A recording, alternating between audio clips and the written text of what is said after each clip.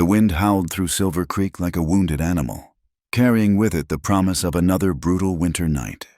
Snow fell in thick, relentless sheets, blanketing the small frontier town in a shroud of white that seemed to muffle even the rowdiest sounds from the saloon. It was the kind of December evening in 1875 that made even the hardiest souls hurry indoors, seeking warmth by their fires and the comfort of whiskey. Daniel Reed pulled his coat tighter as he guided his horse down the main street, squinting through the swirling snow.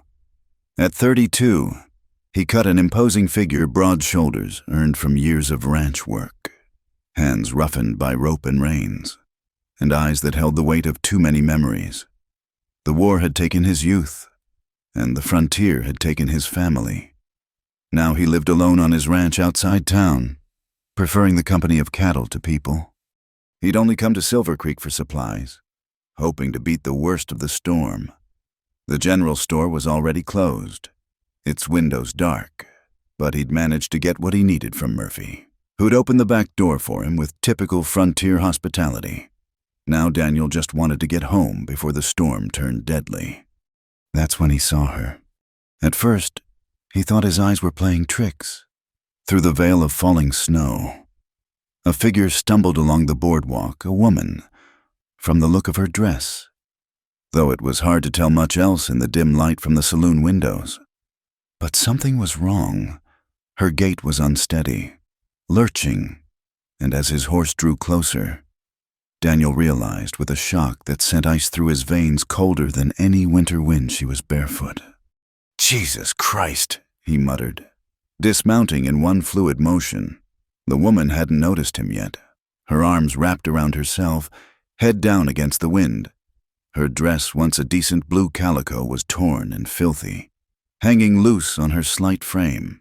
Her feet left dark prints in the snow that Daniel knew, with grim certainty, were blood. "Ma'am," he approached carefully, the way he would a spooked horse. "Ma'am, are you all right?" She looked up then, and Daniel felt something shift in his chest. Despite the dirt and exhaustion marking her features, she was young, early 20s at most, with wide hazel eyes that held equal parts fear and defiance. Dark hair, escaped from what had once been a proper bun, whipped around her face. She began, then swayed dangerously. Daniel moved without thinking, catching her as her knees buckled. She weighed next to nothing, bird bones and determination held together by sheer will. "Easy there," he said softly. "I've got you." She tried to pull away, weak as a kitten. I can't." "You can't what, walk another step? I'd say that's about right." Daniel made a quick decision. In one smooth motion, he lifted her into his arms. She gasped, whether from pain or surprise. He couldn't tell. "Put me down," she protested, though her voice lacked conviction. "I don't need—" "You need to get warm before you lose those feet to frostbite," Daniel interrupted.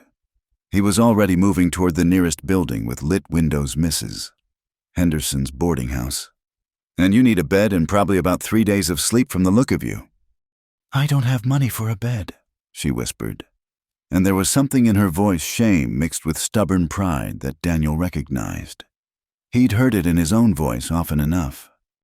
"That's all right," he said, shouldering open the boarding house door. "That bed's meant for you." The warmth hit them like a wall. "Mrs." Henderson looked up from her knitting, her pinched face registering shock, then suspicion as she took in the scene. Daniel Reed, the town's most notorious recluse, carrying a bedraggled young woman who looked like she'd been dragged through hell and back. "Mr. Reed," she said slowly, setting aside her needles. "What's all this?" "Found her out in the storm," Daniel said simply. "She needs a room." "Mrs." Henderson's gaze sharpened as she studied the woman in Daniel's arms. Clara had gone still, either from exhaustion or embarrassment. "She's not from around here." "That's clear enough. Does she have money?" Daniel felt the woman tense. "I'll pay for the room," he said. "And her name, Her business in Silver Creek, Mrs. Henderson stood, crossing her arms. I run a respectable establishment. Mr. Reed, I can't just take in any stray that wanders in from the cold. For all we know, she could be running from the law, or worse, running from a husband. The woman stirred then, lifting her head with visible effort.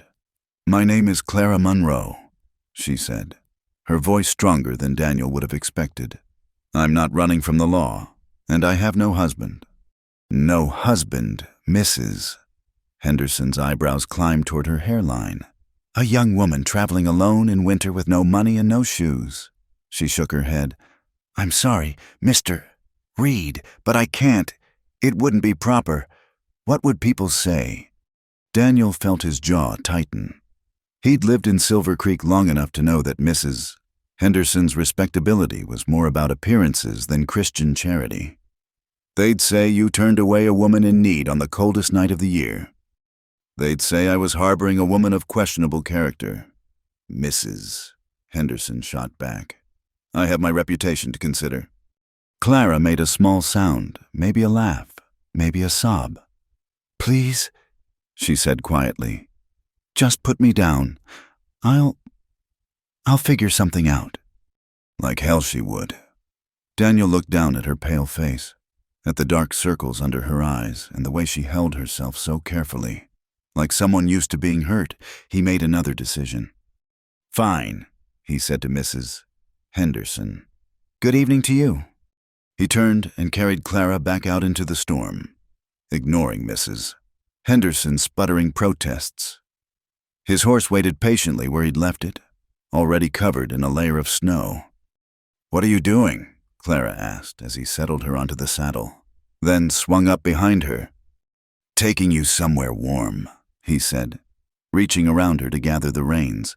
My ranch is about 3 miles out. Think you can make it? She was silent for a long moment. Why? She finally asked. Why would you help me? You don't know me. I could be anyone. Anything. Daniel clicked his tongue, urging his horse forward into the storm. Could be, he agreed. But right now, you're a woman with no shoes in a blizzard, and I'm a man with a warm house and an empty guest room. Seems pretty simple to me. Clara leaned back against him, probably had no choice. Weak as she was, and Daniel tried not to notice how natural it felt, having her weight against his chest. He'd been alone too long, that was all. This was just basic human decency, nothing more. The ride to his ranch felt endless. The storm had picked up, turning the world into a white void where only his horse's instincts and Daniel's knowledge of the land kept them on track. Clara drifted in and out of consciousness, mumbling things he couldn't quite catch over the wind. Once, she said something that sounded like, Papa, I'm sorry, and Daniel's chest tightened with an old, familiar ache. By the time they reached his ranch house, Clara was barely responsive. Daniel carried her inside, grateful he'd banked the fire before leaving. The main room was still warm, shadows dancing on the walls from the dying flames. He laid her on the sofa, then quickly built the fire back up until it roared with life. In the better light, he could see how bad off she really was. Her feet were raw and bleeding, with cuts that looked days old.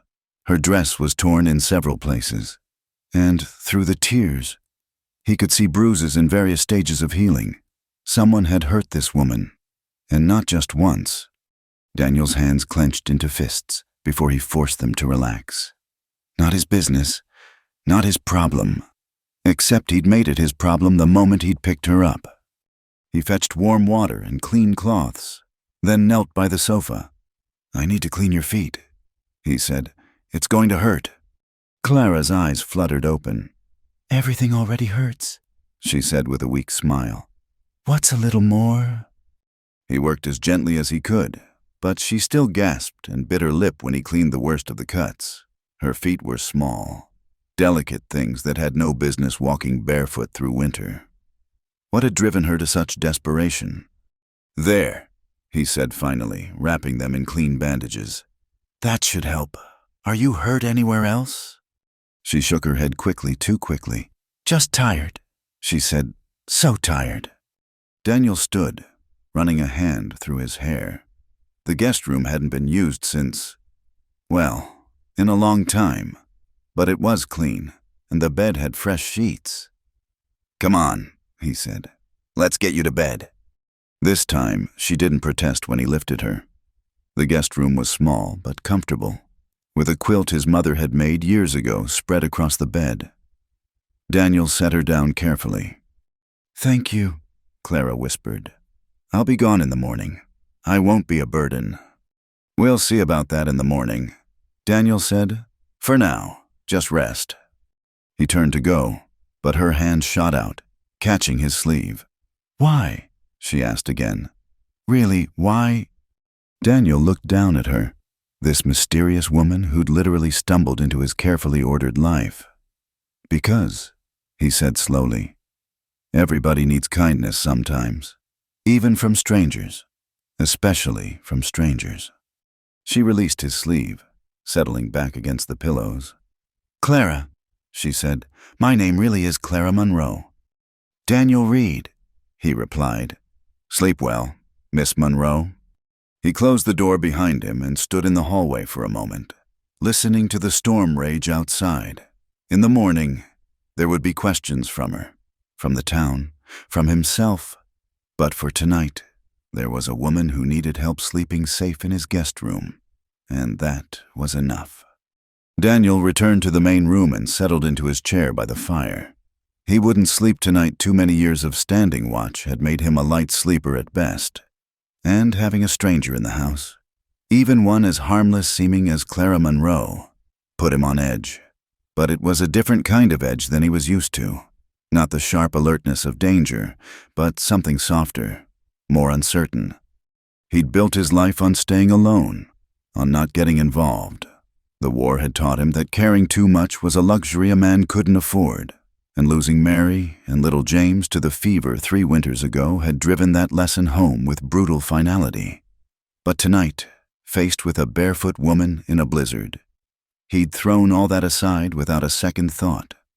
Outside, the wind howled its lonely song, and Daniel settled in for a long night of watching and wondering what morning would bring.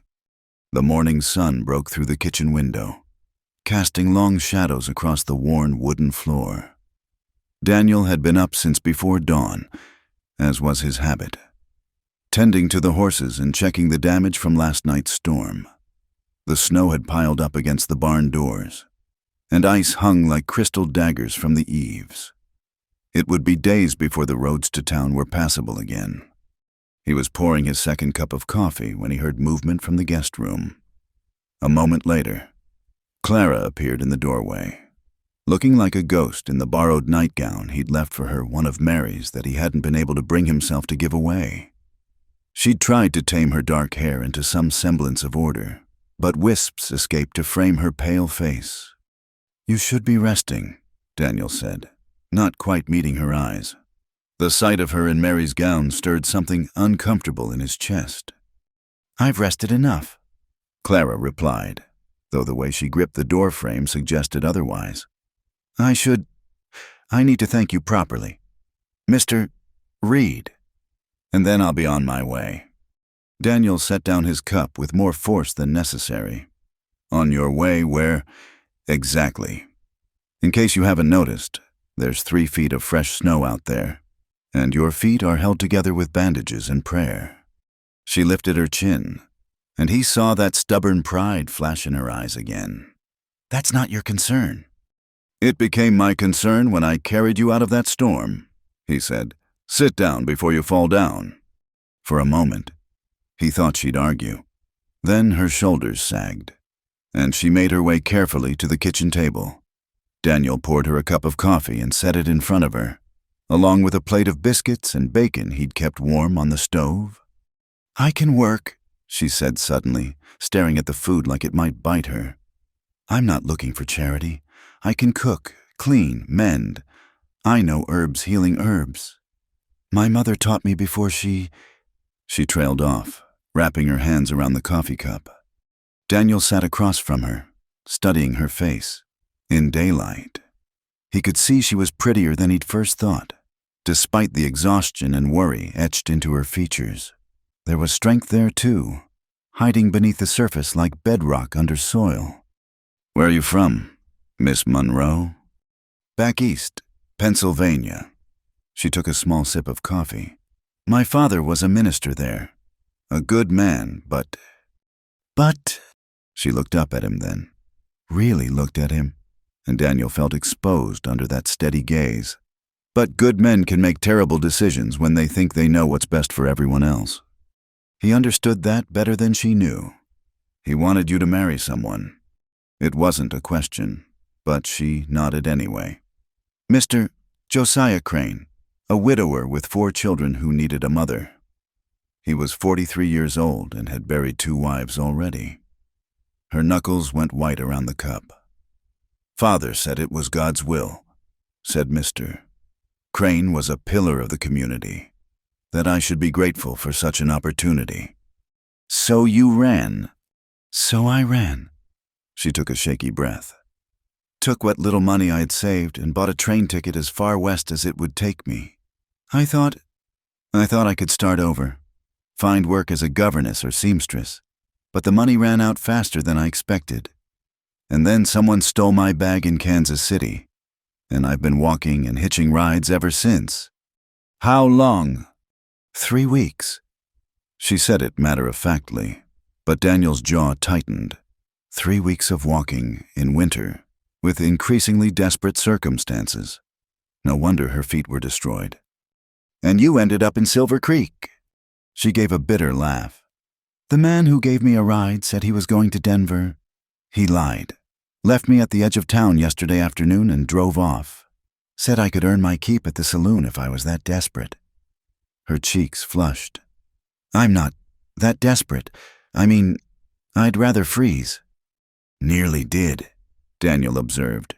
He pushed the plate closer to her. "Eat. You look like a strong wind could blow you over." She picked up a biscuit, taking small, careful bites like someone who'd learned not to count on regular meals. They sat in silence for a while. The only sounds the crackling of the wood stove and the distant lowing of cattle. "I'll work for my keep," Clara said again when she'd finished half the food on her plate. "I meant what I said. I'm not afraid of hard work." Daniel leaned back in his chair. The sensible thing would be to wait for the roads to clear and take her to the next town. Maybe give her a little money to help her along. That's what he should do. Instead, he heard himself saying, "Can you really cook?" Her eyes widened slightly. "Yes, nothing fancy, but good. Solid meals." "And you know herbs." "My mother was the closest thing to a doctor our town had. She taught me everything she knew." Daniel considered. He'd been managing alone for 3 years, but managing wasn't the same as living. The house was clean enough, but it had the hollow feeling of a place merely occupied rather than inhabited. And his cooking, well, he could keep himself alive, but that was about all that could be said for it. "All right," he said finally. "You can stay until your feet heal and the weather clears. Work for room and board, but there are conditions." "What kind of conditions?" Wariness crept into her voice. "You don't go to town alone. Not at first, anyway. People there, they talk. A young woman staying out here without a chaperone, it won't sit well with some folks. I don't care what they say about me, but you don't need that kind of trouble on top of everything else. And you tell me if anyone gives you trouble, any of my hands get out of line, anyone from town bothers you, you tell me immediately." Clara tilted her head. "You have hands working in winter." "Just 2 right now, Sam Cooper and his nephew Jake. Good men, both of them. But I'll make sure they understand the situation." He paused. "And one more thing. That guest room is yours as long as you're here. This arrangement is strictly business. Miss Monroe, I'm not looking for complications." Something flickered across her face, relief, maybe, or disappointment. He couldn't tell. "I understand completely. Mr. Reed, I'm not looking for complications either." They shook on it, her hand small but firm in his. Daniel tried not to notice how soft her skin was, or the way her fingers trembled slightly before she pulled away. The rest of the morning was spent getting Clara settled properly. Daniel found some of Mary's old clothes that would fit with minor alterations, practical dresses and aprons, sturdy boots that were only a little too large. Clara accepted them with quiet grace, running her fingers over the fabric with something like reverence. "Your wife had good taste," she said softly. "She did," Daniel agreed, then changed the subject. "I'll show you around the kitchen, the pantry, where everything is kept." Clara proved to be a quick study, asking practical questions about his preferences, what stores they had laid in for winter, whether he had any foods that disagreed with him. She moved carefully on her injured feet but didn't complain, and Daniel found himself impressed by her determination. By midday, she had taken inventory of the pantry and was making a list. "You have plenty of preserved meats and beans," she said, "but you're low on flour and completely out of dried herbs. No vegetables put up for winter either." "I manage," Daniel said defensively. "I'm sure you do." Her tone was diplomatically neutral. "But I can do better. Do you have a root cellar?" "Behind the barn. Haven't used it in years." "May I see it?" Daniel grabbed his coat and helped her into one of Mary's old cloaks. The snow had stopped falling, leaving the world crystalline and blindingly white. Clara's breath came in small puffs as they made their way across the yard, and Daniel found himself walking slowly, mindful of her injuries. The root cellar was in better shape than he'd remembered, dry and cool. Clara examined it with the eye of someone who knew what she was looking at. "This is perfect," she said. "Come spring, if I'm still here, I could start a kitchen garden, put up vegetables for next winter. And there's wild herbs all through these parts. Yarrow, willow bark, echinacea. I saw the signs yesterday before." She trailed off.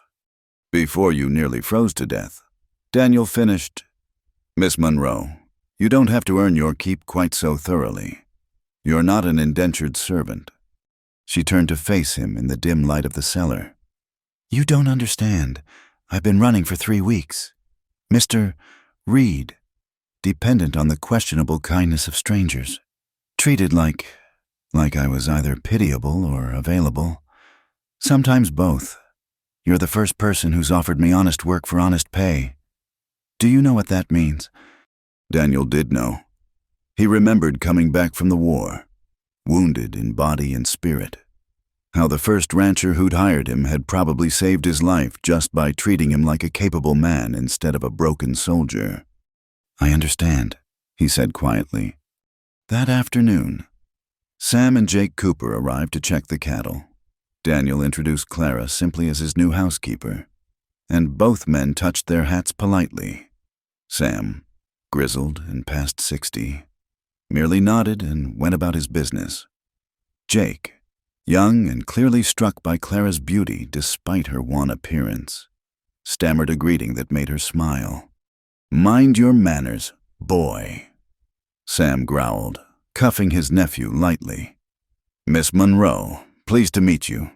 You need anything while you're settling in, you let us know." "Thank you, Mr. Cooper," Clara replied. "I appreciate that." As the men headed out to check the herd, Daniel caught Sam's eye. The older man gave him a look that said they'd be having a conversation later, but there was no judgment in it. Sam had been with him since before Mary died. He'd earned the right to his concerns. That evening, Clara insisted on preparing dinner. Daniel sat at the kitchen table, ostensibly reading a week-old newspaper but actually watching her work. She moved around his kitchen with growing confidence, humming softly under her breath. It was a hymn, he realized, one he remembered from long ago Sunday services. The meal she produced, a simple stew with fresh bread, was better than anything Daniel had eaten in years. They ate in companionable silence, and Daniel found himself relaxing in a way he'd forgotten was possible. "This is good," he said finally. "Really good." Clara ducked her head, but he caught the pleased smile. "It's nothing special, just proper seasoning and patience." After dinner, she tried to clear the dishes, but Daniel saw her wince when she put weight on her feet. "Enough," he said firmly. "You've done enough for one day. Go rest." "But that's in order.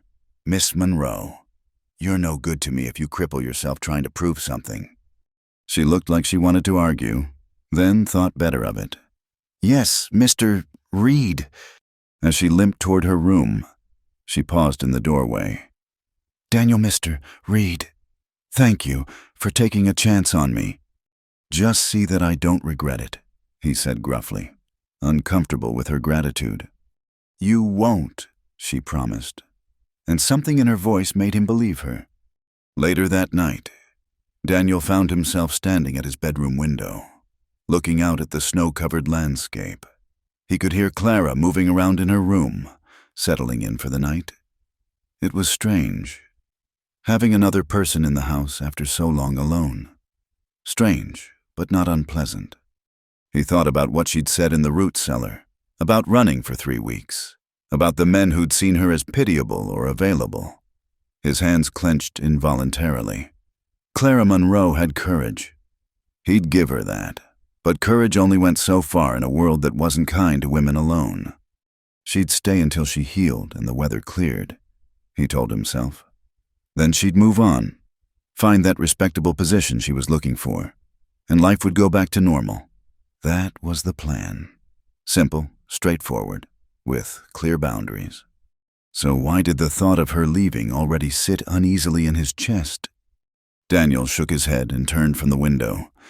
He was being foolish, letting a pretty face and a sad story affect him. Clara Monroe was a temporary arrangement, nothing more. He'd do well to remember that.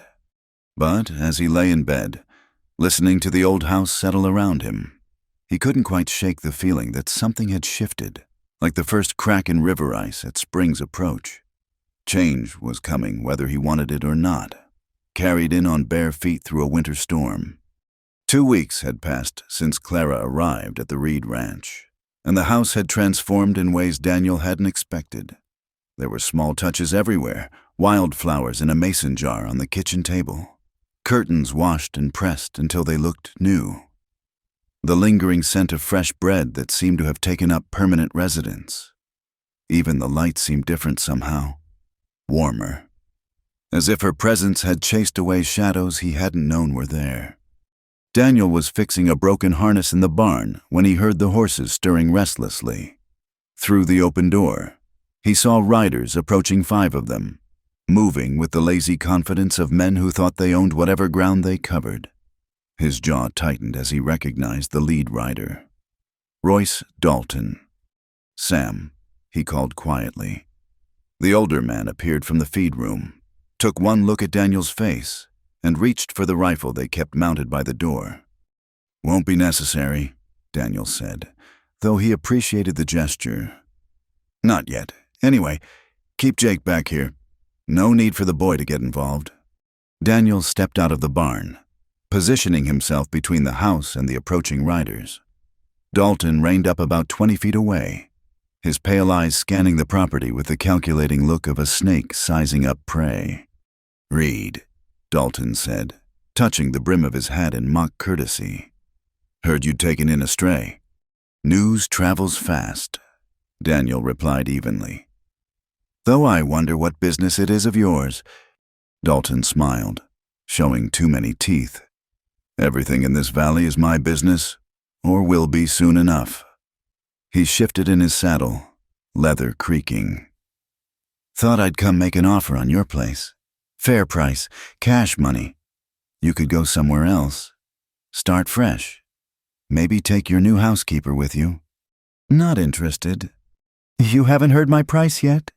"Don't need to. This ranch isn't for sale. Not to you, not to anyone."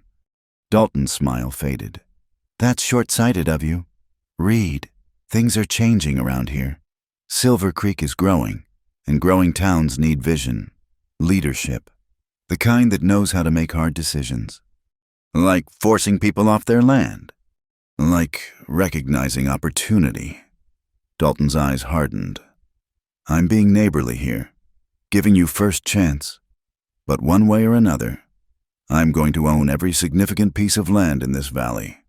Smart men take the money and walk away. Stubborn men, well, sometimes they don't walk away at all. The barn door opened, and Clara emerged carrying a basket of eggs. She'd clearly been in the chicken coop behind the barn, and Daniel cursed inwardly at her timing. She froze when she saw the riders, her face paling. Dalton's attention shifted immediately, his gaze traveling over Clara with an intensity that made Daniel's hands clench. Well, so the rumors are true. You did take in that little barefoot wanderer? He tipped his hat to Clara. Ma'am, Royce Dalton, at your service. Clara lifted her chin, though Daniel could see the slight tremor in her hands. Mr. Dalton, I was just telling Reed here that Silver Creek is becoming more civilized. We'll be needing a proper school soon. You wouldn't happen to be a teacher, would you? You have that refined look about you. I'm Mr. Reed's housekeeper, Clara said firmly. Nothing more. Housekeeper. Dalton drew out the word, making it sound dirty. That what they're calling it these days? Daniel stepped forward. Watch your tongue, Dalton. Or what? Dalton's hand moved casually toward his gun. You'll defend the lady's honor, how noble. Though one might wonder what kind of honor a woman has, traveling alone, taking up residence with a man who isn't her husband. She works for me, Daniel said, his voice low and dangerous. Same as Sam and Jake. You have something to say about my hiring practices. Not at all, Dalton replied smoothly. Just observing that you seem mighty protective of hired help. He looked at Clara again. You ever need different employment? Ma'am, you come see me. I pay well for various services. Clara's face flushed, but her voice was steady. I'm quite satisfied with my current position. Thank you. For now. Dalton gathered his reins. Think about my offer. Reed. It won't stay on the table forever. He touched his hat again. Ma'am. The riders wheeled and left, kicking up snow. Daniel stood watching until they were out of sight, then turned to find Clara still standing there, eggs forgotten, arms wrapped around herself. Are you all right? She nodded, though her face was still pale. Is he always like that? Worse, usually. You handled yourself well. I've met men like him before, she said quietly. They think power gives them the right to take whatever they want. She looked up at him. He wants your ranch. He wants everyone's ranch. Dalton's been buying up land all through the valley, by whatever means necessary. Some sell willingly, others... Daniel shrugged. Others have accidents, barn fires, cattle mysteriously dying, wells going bad. And the law? The sheriff is Dalton's cousin. Daniel took the egg basket from her, noting how cold her hands were. Come on, let's get inside. In the kitchen, Clara busied herself making coffee, but Daniel could see her hands shaking slightly. He sat at the table, giving her time to compose herself. I'm bringing trouble to your door, she said finally, not turning around. That man, he'll use me as an excuse to cause problems for you. Dalton doesn't need excuses. He was always going to come after this ranch eventually. You being here doesn't change that. But it gives him ammunition. A woman of questionable virtue, living with a man who isn't her husband. Stop! Daniel's voice was sharper than he intended. You're not of questionable virtue. You're a woman who needed help and was brave enough to accept it. Anyone who says different can answer to me. Clara turned then, and he was surprised to see tears in her eyes. You really mean that? Of course I mean it. She studied his face for a long moment, then nodded and turned back to the stove. They drank their coffee in silence. But it was a different kind of silence than before, charged with unspoken things.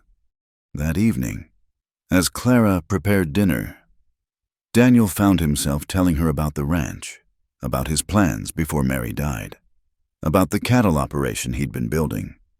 She listened with intelligent interest, asking questions that showed she understood more than he'd expected about ranching. "My grandfather had a small farm," she explained. "Nothing like this, but I spent summers there as a girl. I loved it, the animals, the growing things, the rhythm of the seasons." Her face grew wistful. "I thought someday I'd have a place like that, a home that was really mine." "What changed?" "My mother died when I was 15. After that, it was just Father and me, and his vision of my future didn't include farming."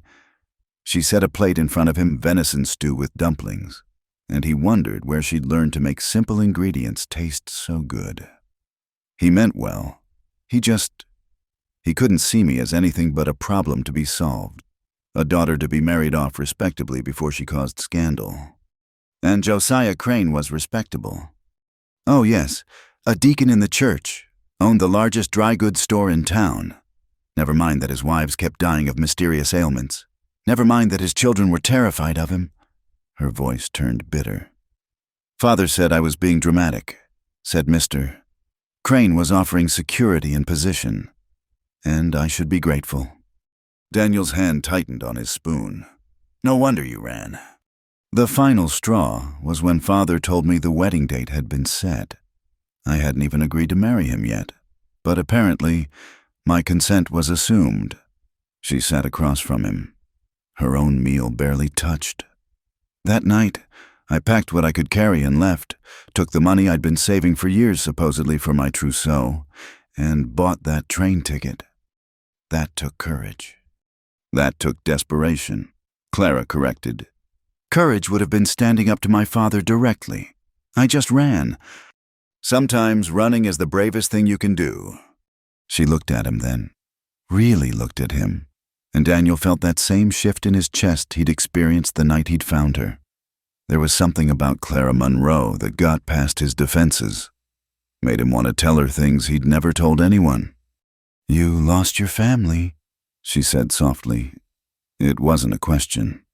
"Wife and son, 3 years ago. Fever took them while I was driving cattle to Kansas.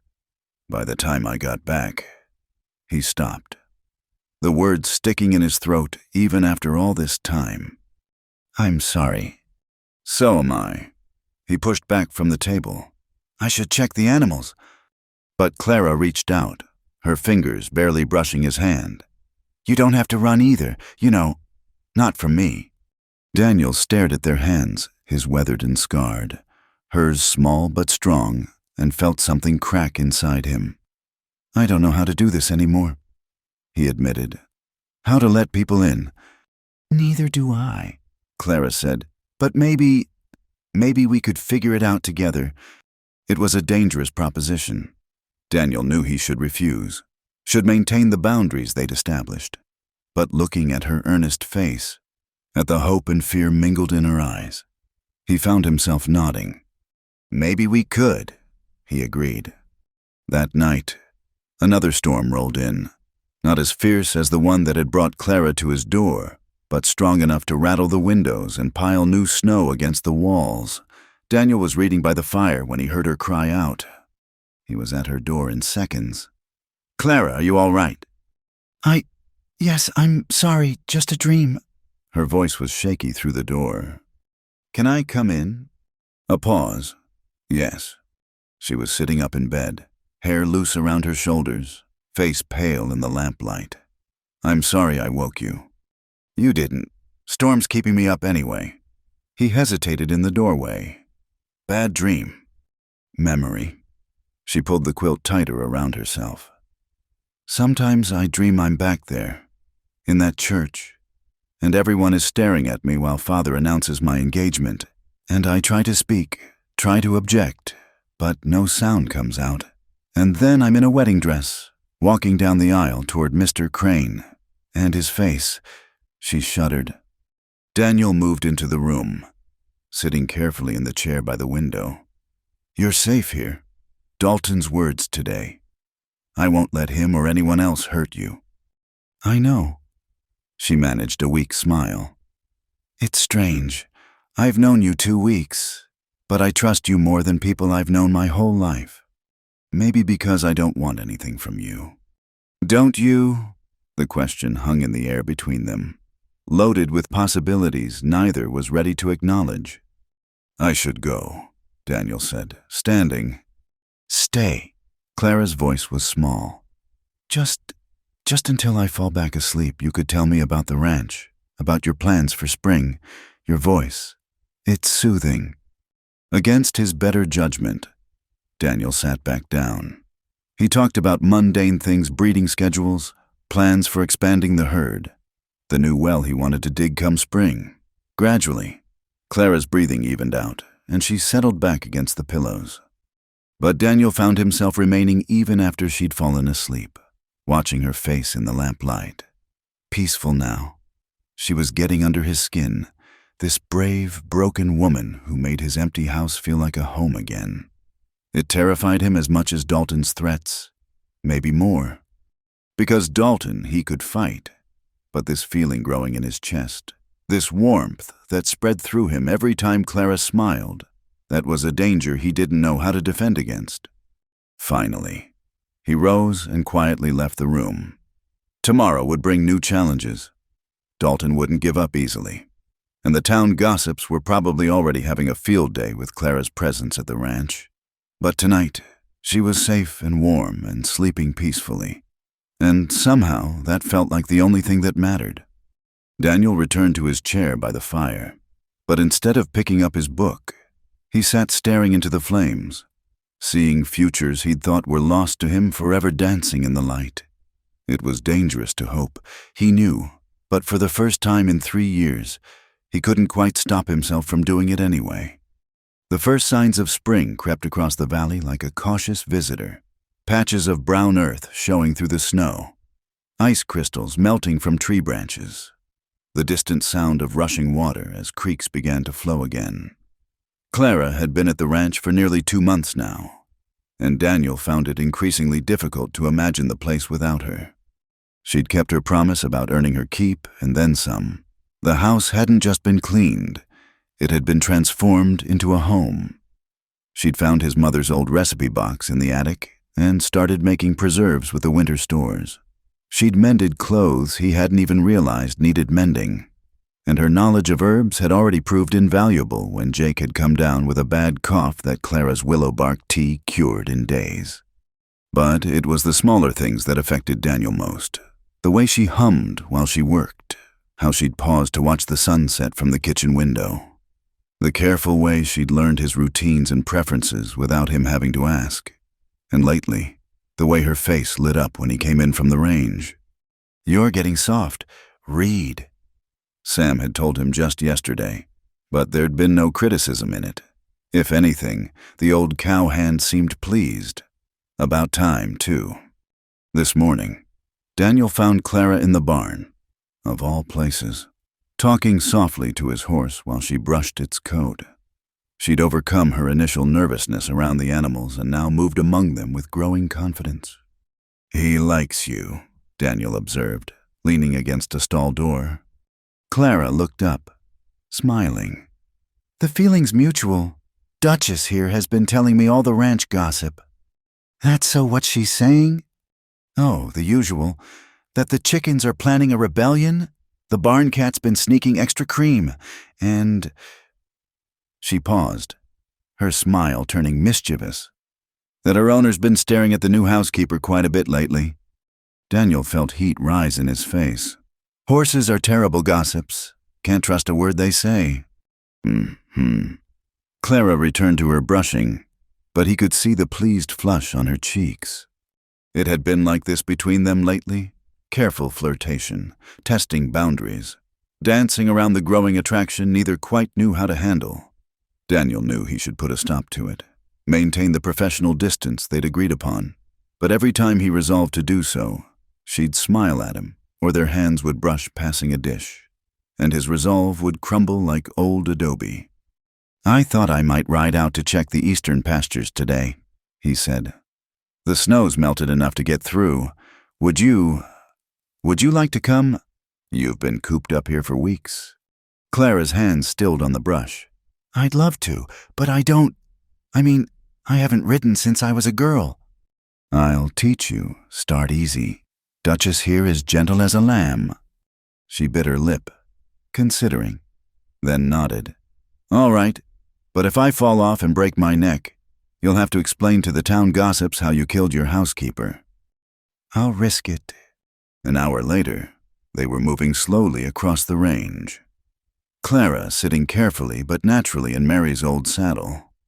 Daniel had expected to feel strange about that, but instead it felt right, like something clicking back into place. Oh, Clara breathed as they crested a small rise. The valley spread out before them, snow-white fading to brown earth, with the silver thread of the creek winding through. It's beautiful. Wait until full spring, Daniel said. Wildflowers everywhere, colors you wouldn't believe. I'd like to see that, she said softly, and something in her voice made him look at her. She was gazing out at the landscape, but there was uncertainty in her expression. You will, he said firmly. You're not going anywhere. Clara. She turned to him then. My feet are healed. The weather's clearing. You hired me until... I hired you as my housekeeper, Daniel interrupted. Position's permanent if you want it. Unless... He swallowed hard. Unless you're wanting to move on. No, she said quickly. No, I don't want to move on. I didn't want to assume. They rode in silence for a while, following the fence line. Daniel pointed out landmarks, explaining the boundaries of his property, his plans for expansion. Clara listened attentively, asking smart questions that showed she understood more than just the domestic side of ranch life. They were heading back when Clara suddenly winced, shifting in the saddle. What's wrong? Nothing, just... I may have been optimistic about my riding stamina. Daniel immediately guided them to a grove of cottonwoods near the creek. We'll rest a bit. He helped her dismount, his hands lingering perhaps a moment too long at her waist. She was steady on her feet now, but he could see the slight stiffness in her movements. Sit, he said, gesturing to a fallen log. I'll get some water from the creek. When he returned with the filled canteen, Clara had removed her bonnet and was rubbing her neck. The afternoon sun caught in her hair, turning the dark strands to burnished copper. She looked young and free and beautiful, and Daniel's chest tightened with want so sharp it was almost pain. Better?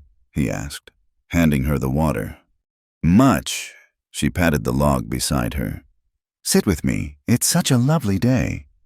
Daniel sat, careful to leave space between them. But Clara shifted closer, not quite touching, but near enough that he could feel her warmth. Can I ask you something? She said. About Mary. Daniel tensed slightly, but nodded. Did you love her very much? It wasn't the question he'd expected. Yes, she was. She was sunshine, always laughing, always seeing the good in things. Made this place feel alive. Like you were living in color after years of gray. Something like that. He looked at Clara. Is that how it was with someone for you? She shook her head. No, I thought I was in love once. Back home, the doctor's son. He was handsome and charming and said all the right things. But when my father announced my engagement to Mr. Crane, Thomas just accepted it. Said it was probably for the best. That I should be practical. She laughed bitterly. That's when I realized he'd been playing at courtship, but would never have actually defied convention for me. His loss. Yes, Clara said simply. It was. A breeze stirred the cottonwood leaves above them, and Clara shivered slightly.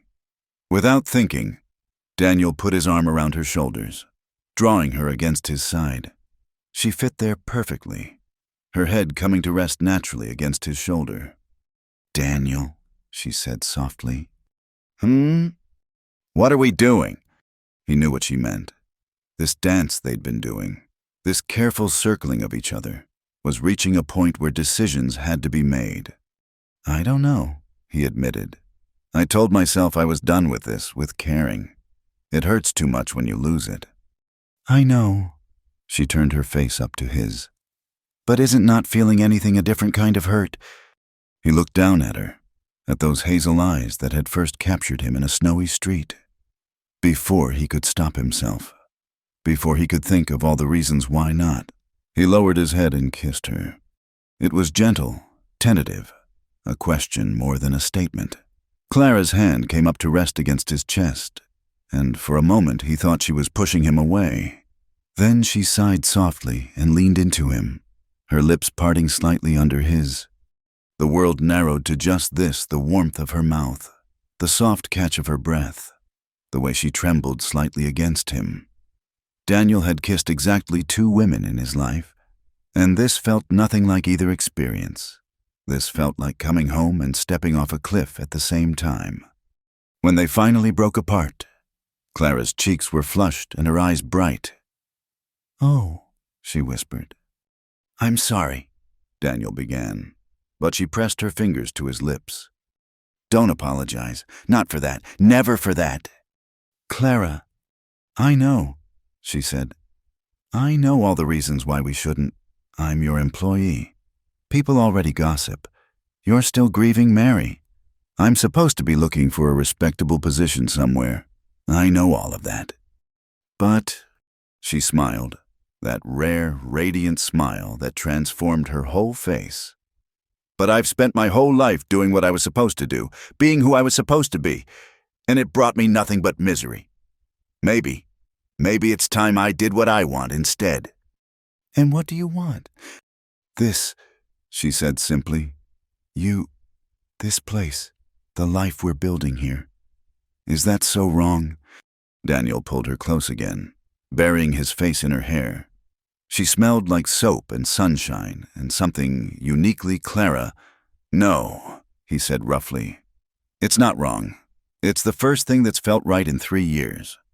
They stayed there by the creek for another hour, talking in the way of new lovers sharing stories, stealing kisses, marveling at the unexpected turn their lives had taken. Daniel told her about meeting Mary at a barn dance, how shy he'd been, how she'd practically had to propose to him herself. Clara shared memories of her mother, the herbs and remedies she'd taught her, the gentle way she'd stood up to Clara's father when he got too rigid in his thinking.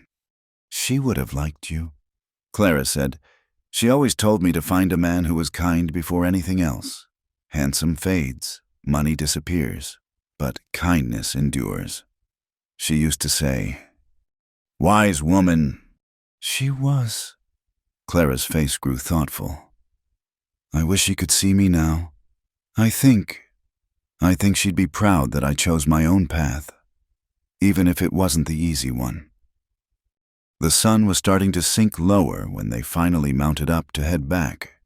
Clara rode closer to him now, their knees occasionally brushing, and Daniel found himself grinning like a fool. He couldn't remember the last time he'd felt this light, this hopeful, as they approached the ranch. However, his mood sobered. Jake was waiting by the barn, his young face creased with worry. "Boss," he called, "we got trouble. That Dalton fellow was here while you were gone. He and his men, they said—" Jake glanced at Clara, clearly uncomfortable. "They said some things. About Miss Clara. Said they'd be back to discuss your situation." Daniel's jaw tightened. "Where's Sam?" "Inside. He run them off with the scattergun. But Dalton was laughing when he left. Said the whole town's talking. Said—" Jake stopped again. "Spit it out, boy," Daniel said.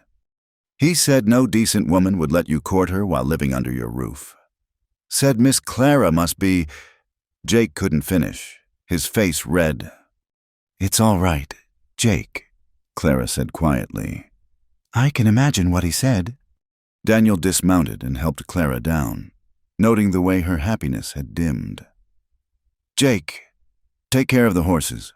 I need to talk to Sam." Inside, they found the older man cleaning his rifle with grim determination. "Figured you'd be back soon," Sam said without looking up. That snake Dalton made sure his voice carried, made sure the hands heard every filthy word. What exactly did he say? Sam glanced at Clara.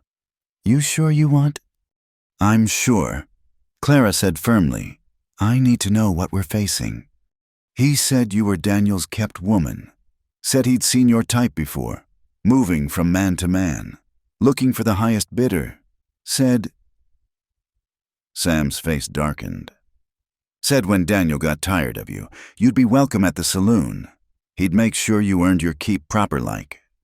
Clara sank into a chair, her face pale. Daniel's hands clenched into fists, rage burning through him like wildfire. I'll kill him, he said quietly. No. Clara's voice was steady. No. That's what he wants. An excuse to come after you legitimately. We have to be smarter than that. She's right, Sam said. But something's got to be done. This kind of talk, it'll only get worse. And if Dalton's spreading it in town... They all knew what that meant.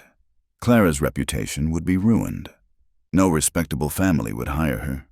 She'd have no choice but to leave or accept exactly the kind of position Dalton suggested. I won't let that happen, Daniel said. How? Clara asked. How do we fight whispers and rumors? How do we make people see the truth when they'd rather believe the scandal? Daniel looked at her brave, beautiful Clara, who'd brought light back into his life and made a decision that would have seemed impossible even this morning. We make it true, he said. The courting part, anyway, open and honest, where everyone can see. I'll come calling proper-like, take you to church. Let the whole town see that my intentions are honorable. Daniel, Clara breathed. Are you sure? He crossed to her, took her hands in his. I'm sure that you're the best thing that's happened to me in years. I'm sure that I want to court you properly, with respect and dignity. And I'm damn sure that Royce Dalton doesn't get to dictate how we live our lives. It won't be easy, Sam warned.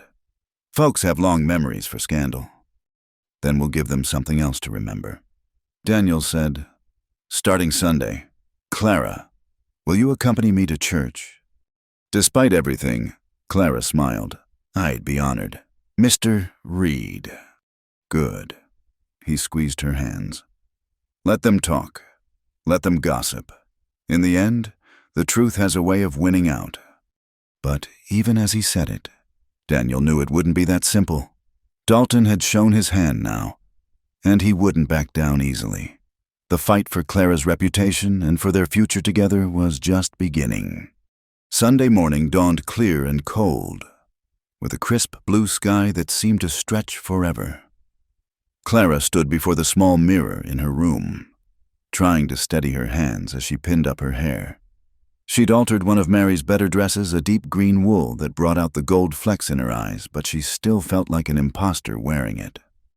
You look beautiful, Daniel said from the doorway, and Clara jumped slightly. You shouldn't see me before church, she said, though she couldn't help but smile. It's not proper. I think we've moved past worrying about every propriety, he replied, but he stayed in the doorway. He was wearing his best suit, the one she'd pressed yesterday, and he'd even trimmed his beard. Are you ready for this? No, Clara admitted, but I won't hide. I've done nothing wrong, and neither have you. The ride to town felt both too long and too short. Clara sat beside Daniel on the wagon seat, acutely aware of every person they passed. Some nodded politely, but others stared openly, whispering behind raised hands.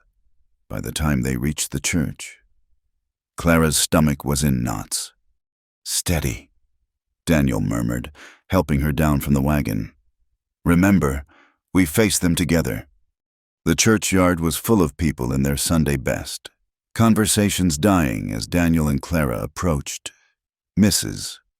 Henderson was there, surrounded by her circle of town matrons, their faces pinched with disapproval.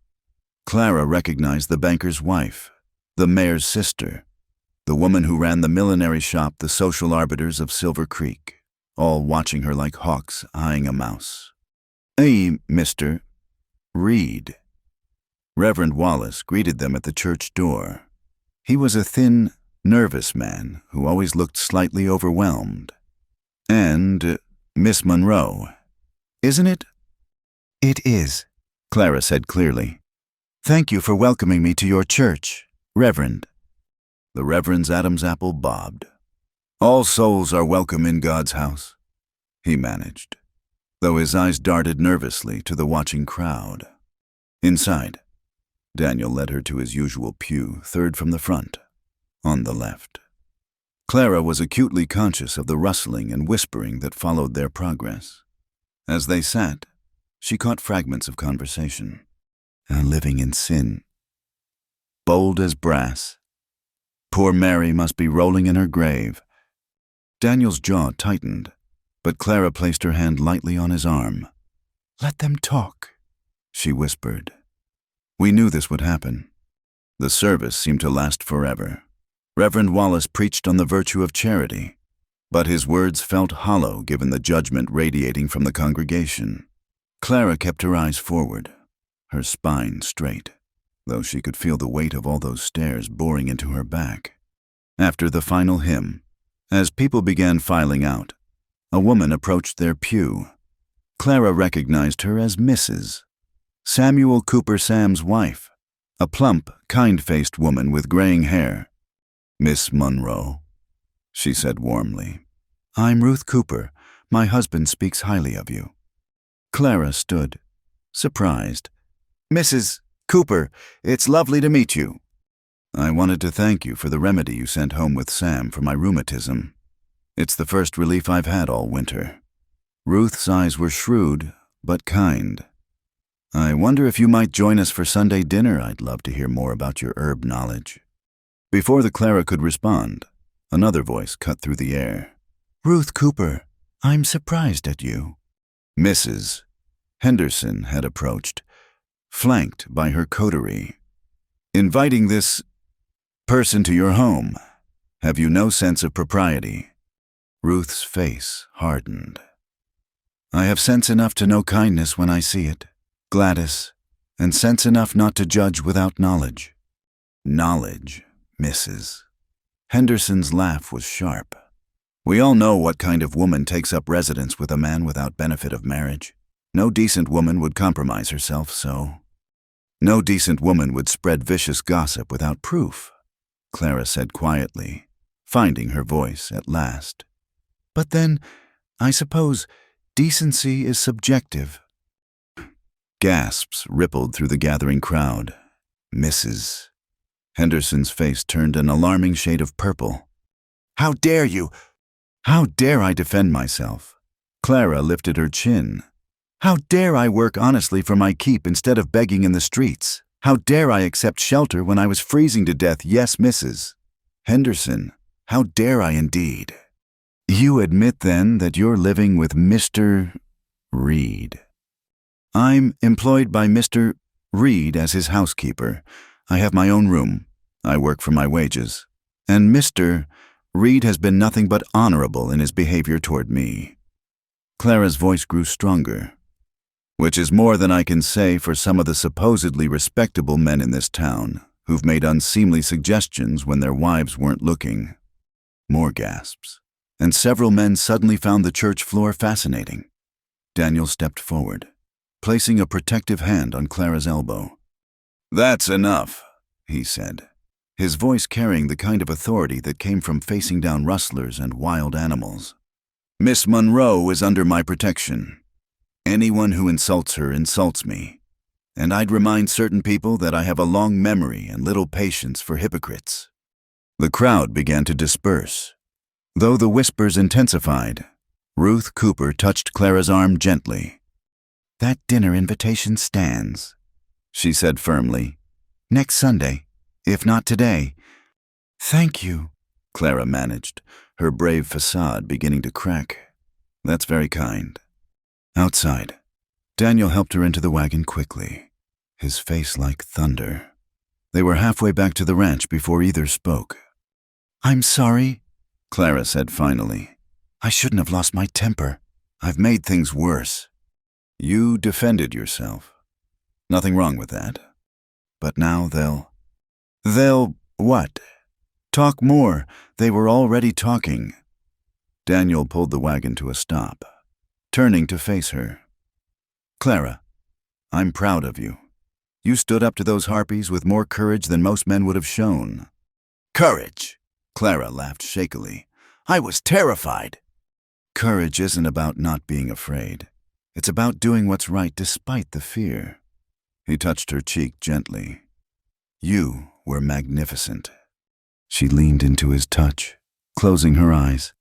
What are we going to do, Daniel? This is only going to get worse. Let me worry about that, he said. For now, let's go home. But when they arrived at the ranch, they found they had visitors. 3 women sat on the porch. Ruth Cooper, a younger woman Clara didn't recognize, and, surprisingly, Dr. Morrison's wife, Eleanor, known for her progressive views. Forgive the intrusion, Ruth said, standing. But we thought you might need some friendly faces after this morning's spectacle. This is my daughter-in-law, Sarah. She continued, indicating the younger woman. And you know Eleanor. Ladies, Daniel said carefully. This is unexpected. Eleanor Morrison stepped forward. Mr. Reed, might we speak with Miss Monroe privately? We have a proposition that might help address the current situation. Daniel looked at Clara, who nodded. I'll be in the barn if you need me, he said. Once he'd gone, Ruth gestured to the porch chairs. Sit, dear. We need to talk about Gladys Henderson and her crew. They have too much influence, Clara said. They do, Eleanor agreed. But influence can be countered with influence of a different sort. Tell me, Miss Monroe Clara, is it true you have medical knowledge? Herbal remedies mainly. My mother was a healer. The 3 women exchanged glances. Silver Creek needs a midwife, Sarah said. Someone who knows healing, who can help with women's troubles. The nearest doctor is Doc Morrison. And he's... She glanced at Eleanor apologetically. He's a man, Eleanor finished bluntly. And there are things women need that require another woman's understanding. Clara's heart began to race. You're suggesting We're suggesting you let us sponsor you, Ruth said. Teach you what you don't know.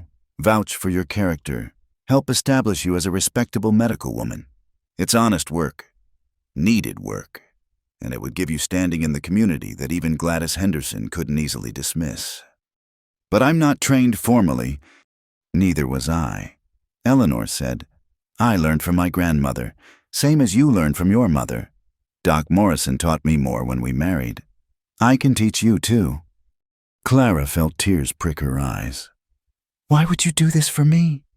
Because we've all been where you are, Sarah said softly. Judged unfairly. Condemned for circumstances beyond our control. I was a saloon girl before I married Sam Jr.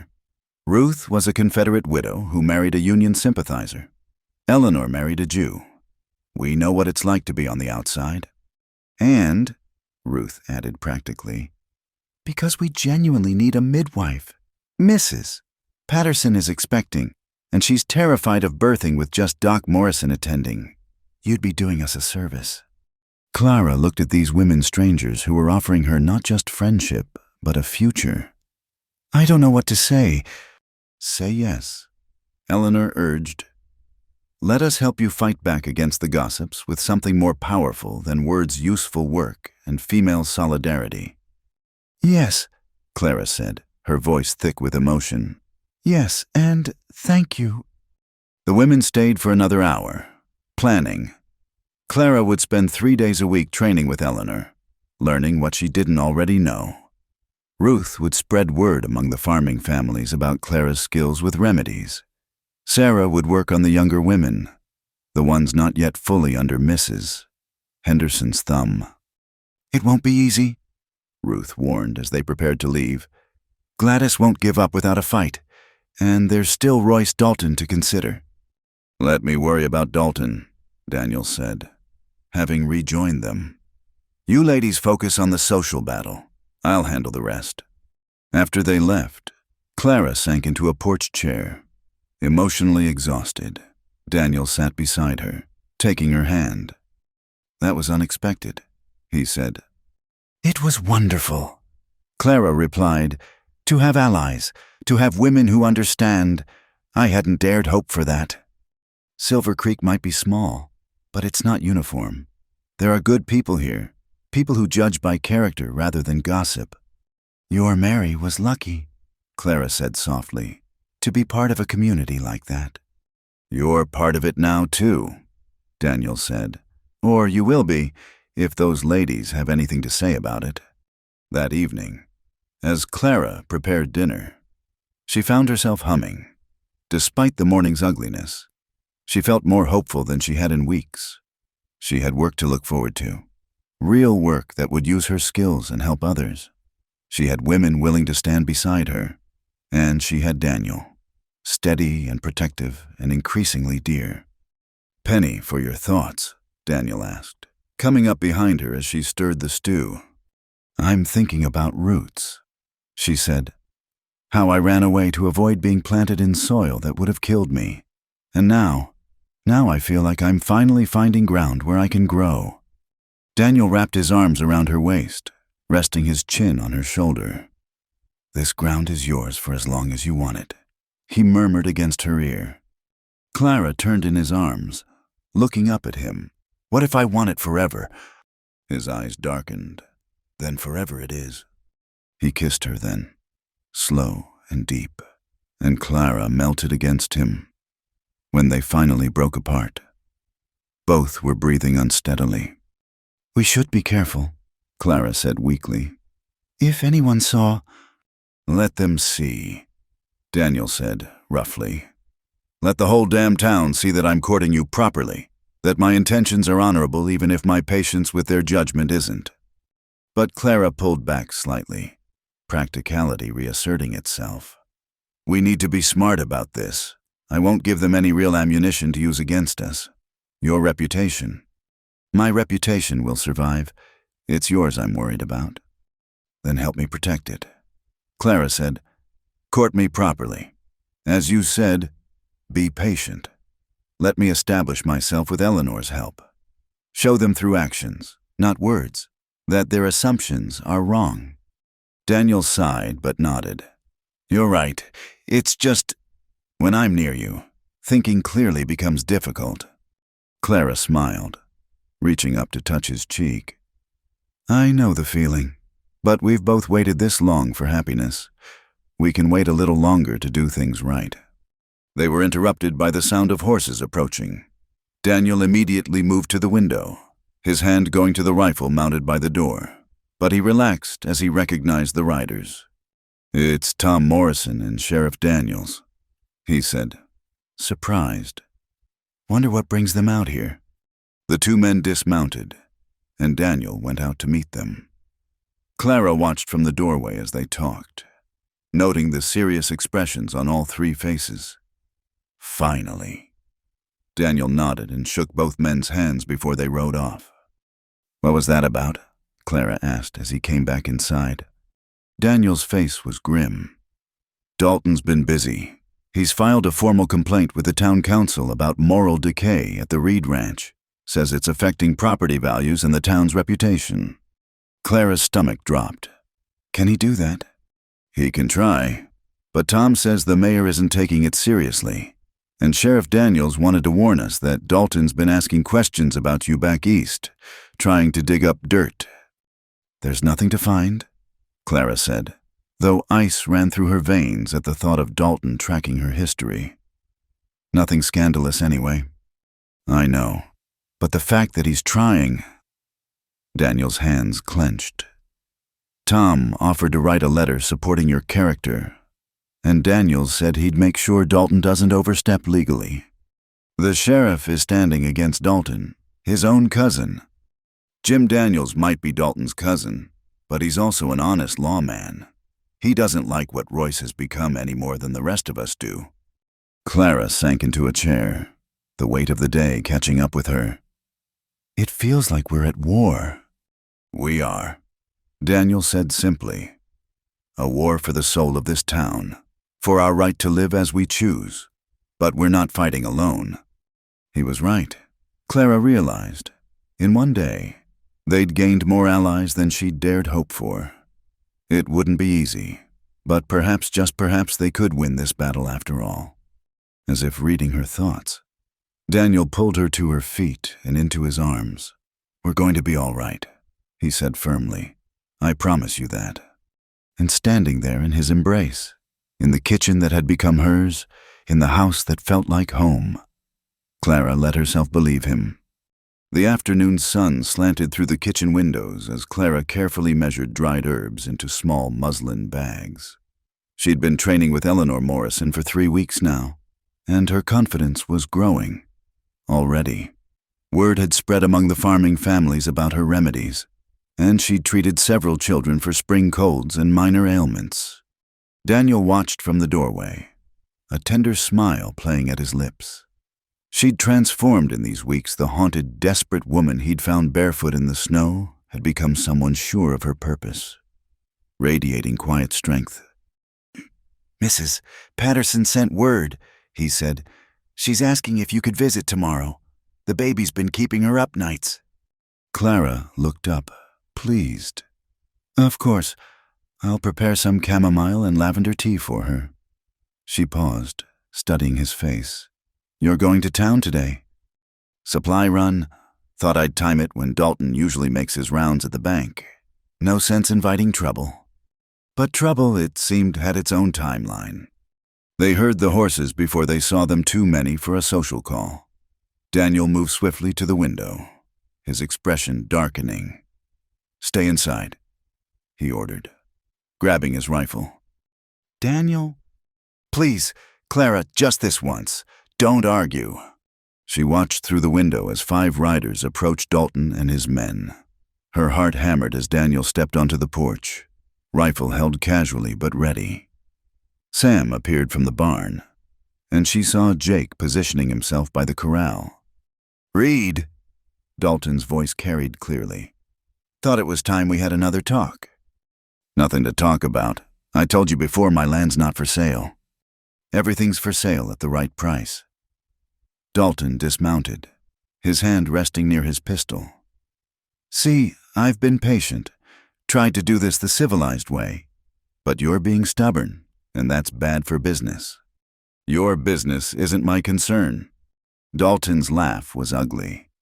"Oh, but it is. See, I've been doing some checking on your little house guest. Interesting story. Minister's daughter ran away from home, left her poor father heartbroken. He's been looking for her. You know." Clara's blood ran cold. "No, he couldn't have."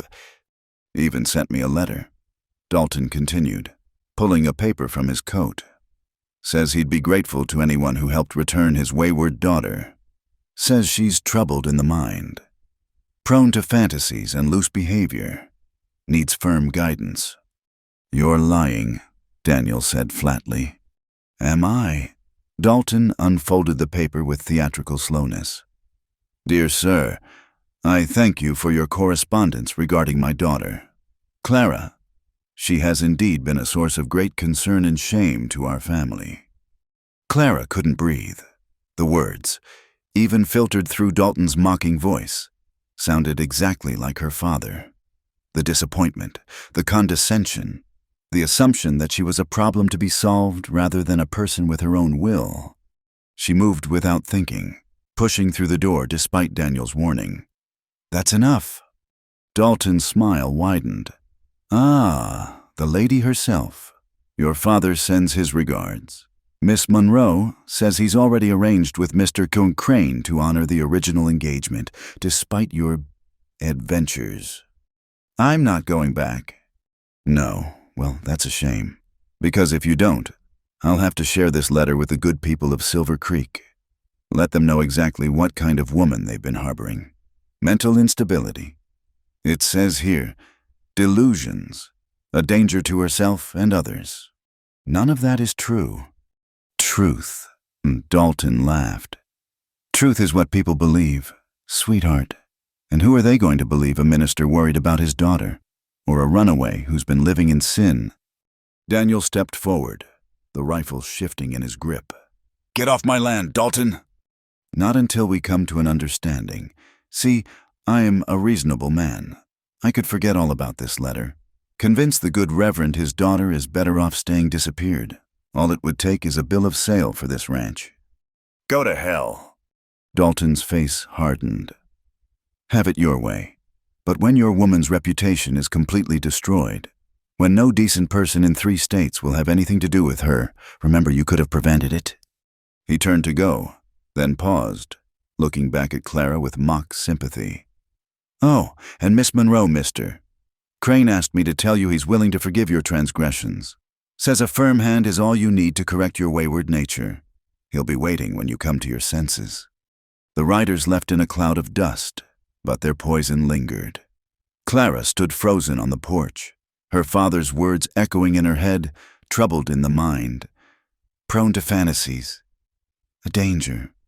"Clara," Daniel's voice seemed to come from very far away. "Clara, look at me." She couldn't. If she looked at him, she'd break apart entirely. "It's over," she whispered. "He has that letter. Everyone will believe." "Stop!" Daniel set down the rifle and took her shoulders, turning her to face him. "I don't give a damn what letter he has or what your father wrote. I know who you are." "Do you?" The words came out cracked. "Because what if he's right? What if I am troubled? What if running away, living here with you, feeling the way I do, what if it's all just proof that I'm exactly what he says?" "The only thing it proves is that you have courage." Daniel's hands moved to cup her face. "Clara, your father tried to force you into marriage with a man who terrified you. Running from that isn't madness, staying would have been. But people will believe. Some will. The ones who want to believe the worst always do. But the people who matter, the ones who've gotten to know you these past weeks. Do you really think Eleanor Morrison will care what some letter says, or Ruth Cooper, or any of the families you've helped?" Clara wanted to believe him, but the fear ran too deep. All her life, her father had made her feel like her thoughts, her desires, her very self were somehow wrong, needed correcting. To have those words following her here, to this place where she'd finally felt free. A sob escaped her. And then Daniel was pulling her against him, holding her as she cried out weeks of fear and anger and humiliation. He stroked her hair, murmuring comfort, until the storm passed. "I'm sorry," she said against his chest. "I'm being ridiculous." "You're being human." He pulled back enough to look at her. "Clara, I need to tell you something. After Mary and James died, I wasn't well.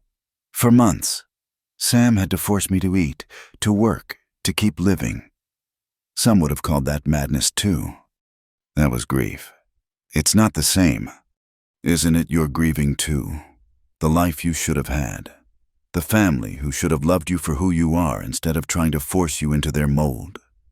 That grief is real, and expressing it doesn't make you weak or troubled." Clara searched his face. "How do you always know what to say?" "Because I've been where you are.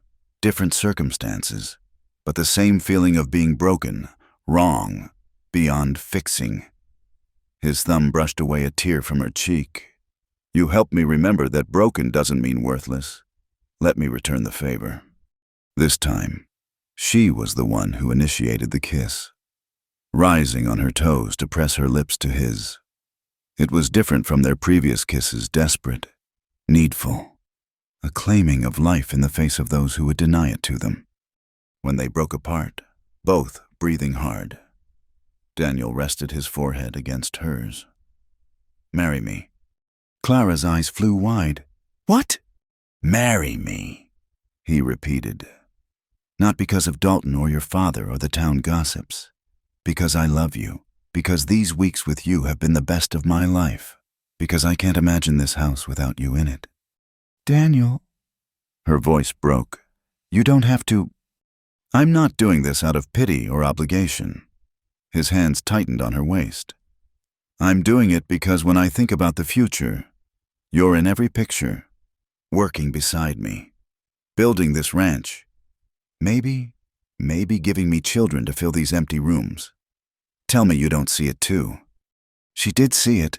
God help her. She'd been seeing it for weeks now, even as she tried to keep her heart guarded. I love you too, she admitted. But Daniel, marriage won't stop Dalton. It might even make things worse. I don't care about Dalton. I care about you, about us. The rest, we'll face it together, as husband and wife. He smiled crookedly. Besides, it'll be much harder for your father to claim you need returning if you're legally married to someone else. Despite everything, Clara found herself laughing. That's your proposal. Marry me despite my father. Marry me because you love me. Daniel corrected. Spiting your father is just an added benefit. She looked at him, this good, solid man, who'd taken her in when she had nothing, who'd given her work and purpose and love, who saw her not as a problem to be solved, but as a partner to cherish. Yes, she said simply. Yes, I'll marry you. Daniel let out a whoop that would have been more at home on a cattle drive than a proposal, then swept her up, spinning her around until they were both dizzy and laughing. When he set her down, his kiss was thorough and possessive, full of promise. When? He asked when they came up for air. Soon, Clara said. Before Dalton can do more damage, before my father. She shuddered. This week, Daniel decided, I'll ride to town tomorrow. Talk to Reverend Wallace. We'll need witnesses. Ruth and Sam, Clara suggested. And Eleanor. Perfect. He kissed her again. Quick and fierce. Mrs. Reed. I like the sound of that. They were interrupted by a discreet cough. Sam stood a few feet away, trying not to grin. Not to interrupt, but thought you should know Jake followed Dalton's crew at a distance. They didn't head back to town. They're camped about 2 miles east, near Miller's Creek. Daniel's expression hardened. Planning something. That'd be my guess. Want me to ride to town? Fetch the sheriff? No, let them come. Daniel's smile was dangerous. In fact, I'm counting on it. That night, Clara could barely sleep. She'd moved through the evening chores in a daze, hardly believing the turn her life had taken. Engaged. To Daniel. The joy of it warred with fear of what Dalton might do, what her father might attempt. Near midnight, she gave up on sleep and crept to the kitchen for tea. She found Daniel there, cleaning his rifle by lamplight. Couldn't sleep either, she asked. Want to be ready? He looked up at her, his expression softening. Having second thoughts. No. Clara sat beside him. Just thinking about how much has changed. 3 months ago, I was resigned to a life I didn't want, with a man who frightened me. Now you're stuck with a stubborn rancher who talks to horses and burns breakfast. Now I'm choosing my own life, Clara corrected, with a man who makes me feel safe and valued and desired. Daniel set aside the rifle, pulling her onto his lap. You are desired, he murmured against her neck. More than you know. These weeks, having you here but keeping distance, it's been torture. Clara shivered as his lips found that sensitive spot below her ear. Daniel. I know. Waiting. Being proper. He pulled back with visible effort. After we're married, though. After we're married. Clara agreed, her cheeks hot. Though given what people already think. Let them think it. We'll know the truth. His hand stroked up and down her back, soothing now rather than arousing. You should try to rest. Tomorrow will be busy. But as Clara started to rise, they herded horses moving fast and the flickering light of torches through the window. Get down, Daniel commanded. Pushing her behind the heavy table, he grabbed his rifle. Checked the load. Stay there, no matter what happens. Daniel, promise me. I promise, she whispered. Daniel moved to the window, peering out carefully. His curse was low and vicious. They're going for the barn. Clara's heart stopped. The horses, the winter feed stored there. If they lost the barn. Glass shattered as something flew through the window, a torch, oil-soaked rags blazing. Clara screamed as it landed on the floor. Flames immediately spreading to the rug. Daniel stomped on the flames while shouting, "Sam, Jake, fire!" More windows broke, more torches. Clara grabbed a bucket of wash water, throwing it on the nearest flames, but more kept coming. Through the smoke and chaos, she heard Dalton's voice. "Last chance! Read sign over the ranch or watch it burn!" Daniel's response was to fire through the broken window. Someone outside cursed. Return fire peppered the walls, and Daniel pushed Clara down flat. "The kitchen door," he said urgently. "When I start shooting, you run for the root cellar. Don't argue." Before Clara could protest, Daniel was up, firing rapidly through the window. She heard shouts, confusion, and took her chance, scrambling for the door. She'd made it 3 steps outside when a hand grabbed her arm, yanking her around. One of Dalton's men, his face masked, tried to drag her toward the waiting horses. "Got the woman!" he shouted. Clara didn't think. Eleanor had been teaching her more than midwifery. She'd insisted Clara learn to defend herself. Clara brought her knee up hard, and when the man doubled over, she grabbed the heavy skillet from the porch and swung it with all her strength. He went down, but another was already coming. Clara backed away, brandishing the skillet. When a rifle shot cracked, the man spun and fell, and Sam appeared from the shadows. "Inside, girl," he barked. But inside was filling with smoke. Through the haze, Clara could see Daniel trading shots with someone, could hear Jake somewhere shouting about the barn, and then, cutting through it all, came a new sound, more horses, riding hard. "It's the sheriff!" someone yelled. "Ride out, ride out!" Dalton's crew scattered, but the damage was done. The kitchen was charred, windows broken, smoke damage throughout and outside. Despite Jake and Sam's efforts, flames were licking at the barn walls. Sheriff Daniels and his deputies gave chase to Dalton's men while the others formed a bucket brigade. Clara worked beside the men, passing buckets until her arms screamed, not caring that her nightgown was soaked and filthy. Finally, miraculously, the fire was out, the barn was damaged but standing, the house salvageable. As dawn broke, they stood in the yard, exhausted and soot-covered. "Could have been worse," Sam said. Daniel pulled Clara against him, not caring who saw. Could have been much worse. He looked at Sheriff Daniels, who'd returned empty-handed. They got away.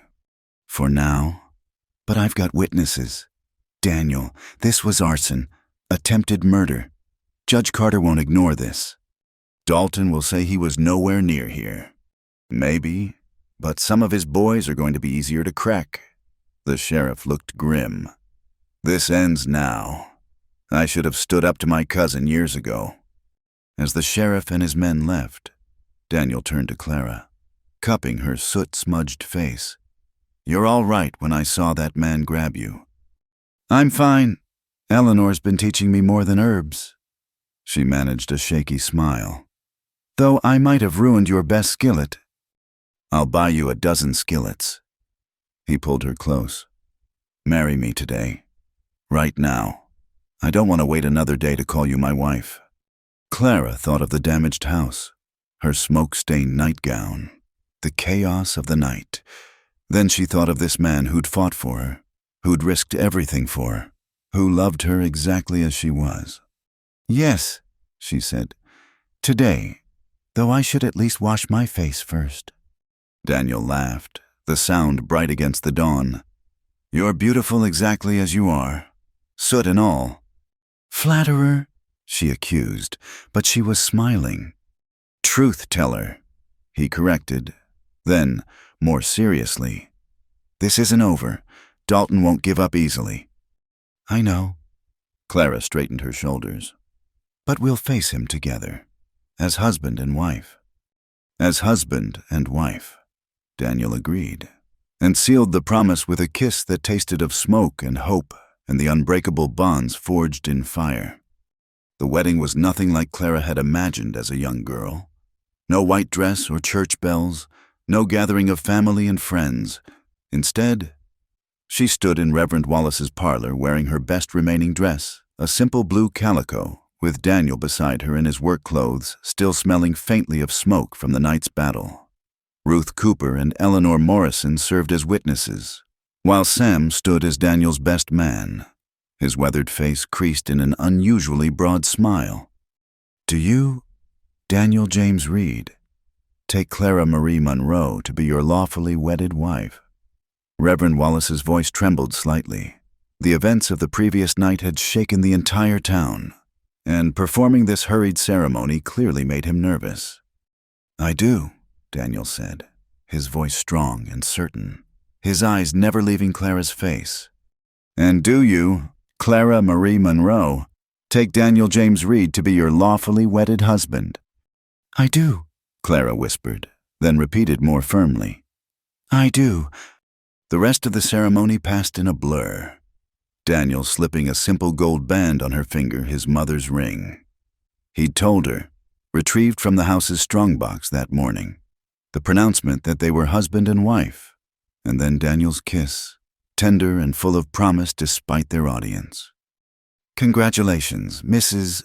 Reed," Eleanor said warmly, embracing Clara. "Though I'd hoped to attend your wedding under happier circumstances.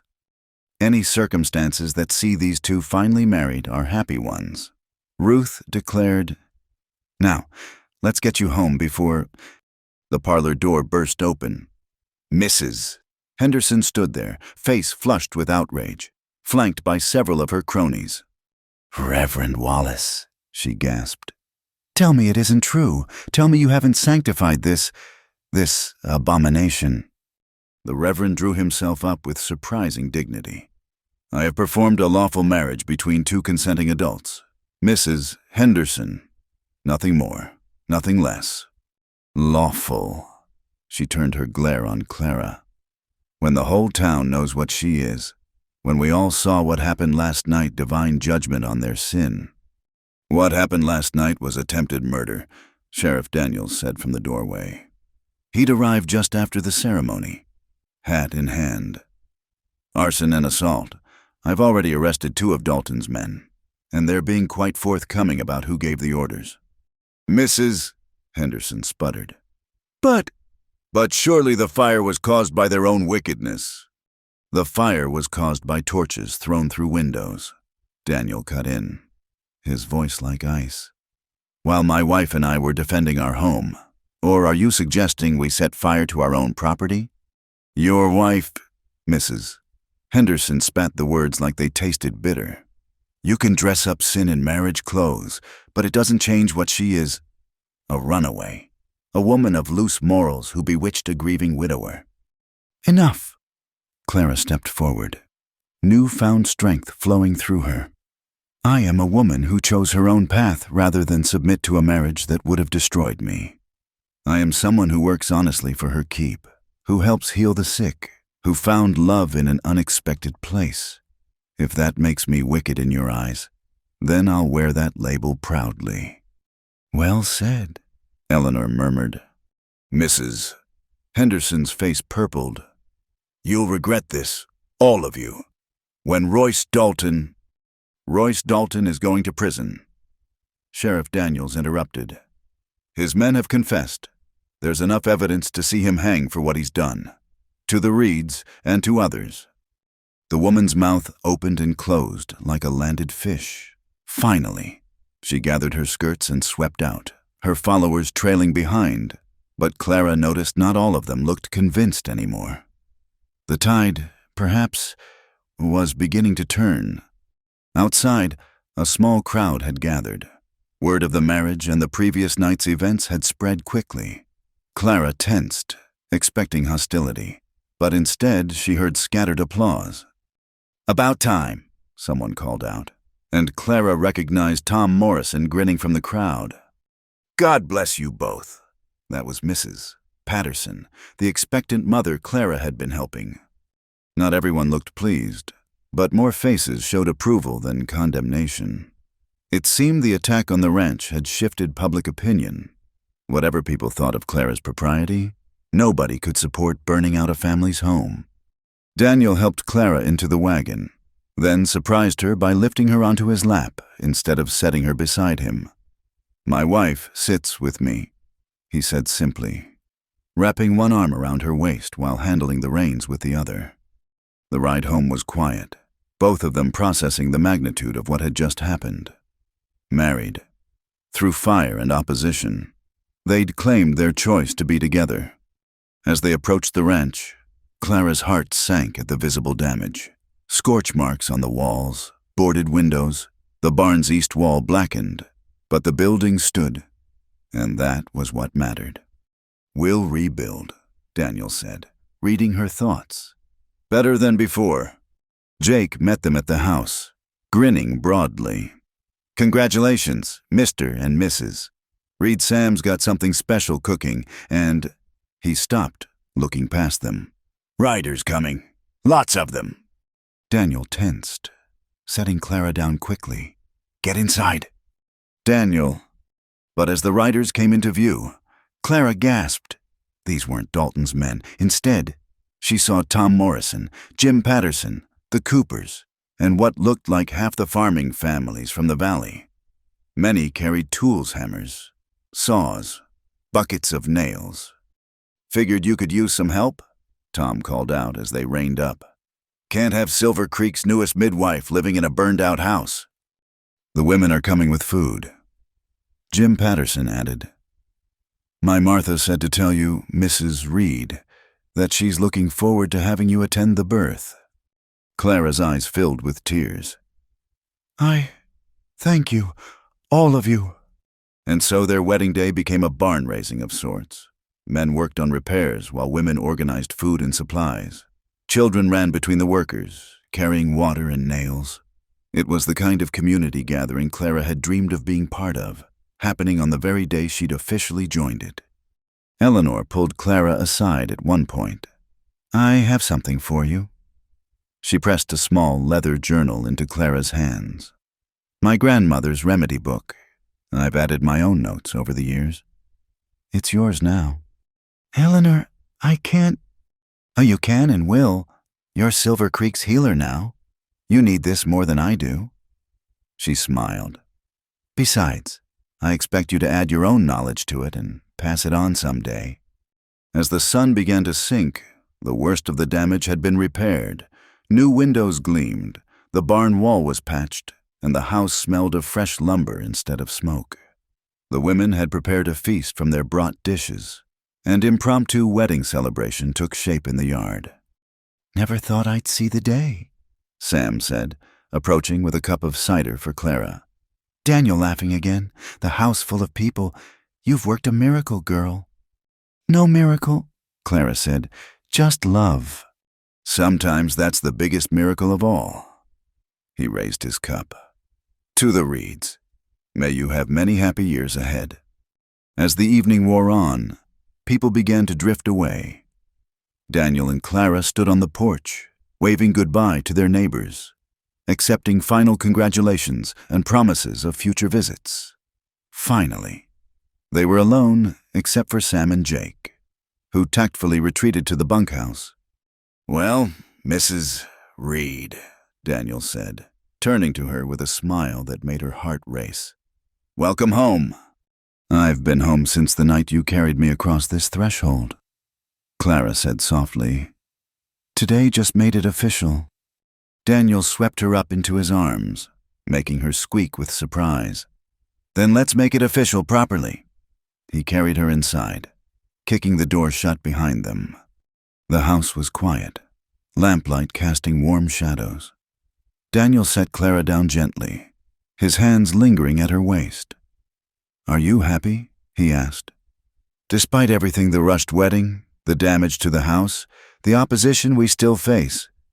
"I'm happier than I ever dreamed possible," Clara said truthfully. "Daniel, you gave me a life when I had nothing, a purpose, a home, and now—" She touched his face.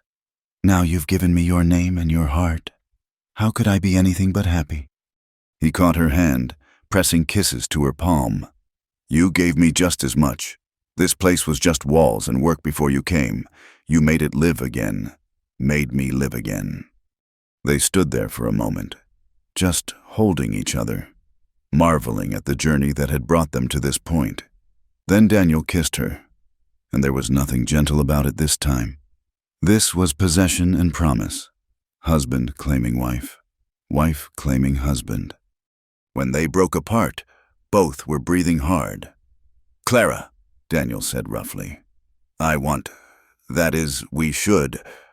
Despite everything, Clara found herself blushing. "Yes," she said simply. "Yes, we should." He led her to his room, their room now, and Clara felt a flutter of nerves. She knew the basics of what happened between husband and wife, but knowing and doing were different things. Daniel must have sensed her nervousness because he cupped her face gently. "We have all the time in the world," he said. "Tonight, tomorrow, always. There's no rush." "I love you," Clara said, the words still feeling new and precious on her tongue. "And I love you," Daniel replied. "More than I ever thought possible to love again." What followed was tender and patient, full of soft words and gentle touches. Daniel treated her like something precious, worshipping her with his hands and mouth until Clara understood what all the fuss was about, why married women got that particular smile when the subject arose, and when they finally joined as husband and wife. It was with a sense of rightness, of completion, that brought tears to Clara's eyes.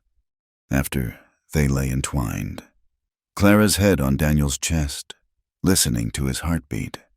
"Is it always like that?" she asked drowsily. Daniel's chuckle rumbled through his chest. "It's never been quite like that," he admitted. "You've changed everything. Clara Reed, everything. Good changes. The best changes." He pressed a kiss to her hair. "Sleep now. Tomorrow we start our life properly." But Clara wasn't quite ready for sleep. "Daniel, what do you think will happen with Dalton? Do you really think the sheriff can stop him?" Daniel's arms tightened around her. "Jim Daniels is a good man. If he says he has evidence, he does. But even if Dalton wiggled free somehow, he knows now that the town won't stand by while he terrorizes people. Tonight proved that. All those people coming to help." Clara smiled against his chest. "I never imagined such kindness. You earned it these past weeks, helping their families, showing them who you really are that matters more than any gossip or rumors." He stroked her back lazily. "Though I think Mrs. Henderson might have an apoplectic fit." Poor Reverend Wallace looked terrified when she burst in. He held his ground, though, finished the ceremony, made it legal. That took courage. They talked softly for a while longer about the day's events, about plans for the ranch, about the future stretching before them. Finally, Clara's eyes grew heavy, and she drifted off to sleep feeling safer and more loved than she'd ever been in her life. She woke once in the night to find Daniel watching her in the moonlight. "Can't sleep," she murmured. "Just thinking how close I came to losing this," he said softly. "If I'd been too stubborn to help you that night, if you'd been too proud to accept help." "But you weren't, and I wasn't." Clara reached up to touch his face. "We found each other, Daniel. Against all odds, we found each other." "And now I'm never letting you go," he said fiercely. "Good," Clara said, pulling him down for a kiss. "Because I'm never leaving." They made love again, slower this time, learning each other's rhythms and responses. And when sleep finally claimed them, it was deep and peaceful. The sleep of two souls who had found their match despite all obstacles. Outside, the moon shone down on the Reed Ranch, on the new windows and patched walls, on the barn that had survived the fire. It shone on the garden plot Clara planned to plant, on the fields where cattle grazed, on the life two people were building together. And somewhere in town, in a jail cell, Royce Dalton sat fuming, his empire crumbling as his men turned against him to save their own skins. The battle for Silver Creek's soul wasn't over, but the tide had turned. Love, it seemed, was stronger than hate, hope more powerful than fear, and sometimes, just sometimes, the good people found the courage to stand up and fight for what was right. The sunrise would bring new challenges, but for now, in the quiet of their wedding night, Daniel and Clara Reed held each other and believed in tomorrow. Spring bloomed across Silver Creek Valley in an explosion of wildflowers and new grass. The Reed Ranch had never looked better, fresh paint on the barn, new glass windows catching the morning light, and Clara's kitchen garden already showing green shoots of promise. 3 months had passed since their wedding day, and life had settled into a rhythm as comfortable as breathing. Clara stood in that garden now, basket in hand, gathering herbs for the Patterson baby who'd arrived healthy and strong 2 weeks prior. She paused, one hand going to her belly where a secret grew, a secret she'd share with Daniel tonight. The thought made her smile as she watched him working with a young colt in the corral, patient and steady as always. "Mrs. Reed," Jake's voice carried across the yard. "Ride is coming." Clara shaded her eyes, then relaxed. It was Sheriff Daniels with 2 men she didn't recognize, well-dressed city folks by the look of them. Daniel met them at the gate, and Clara drifted closer. Curious. One of the men dismounted and pulled out official-looking papers. "Mr. Reed, I'm Charles Morrison from the Territorial Prosecutor's Office. This is Judge William Carter. We're here about the Dalton matter." "Gentlemen," Daniel nodded. "My wife, Clara." Judge Carter tipped his hat. "Ma'am, we've heard good things about your work in the community."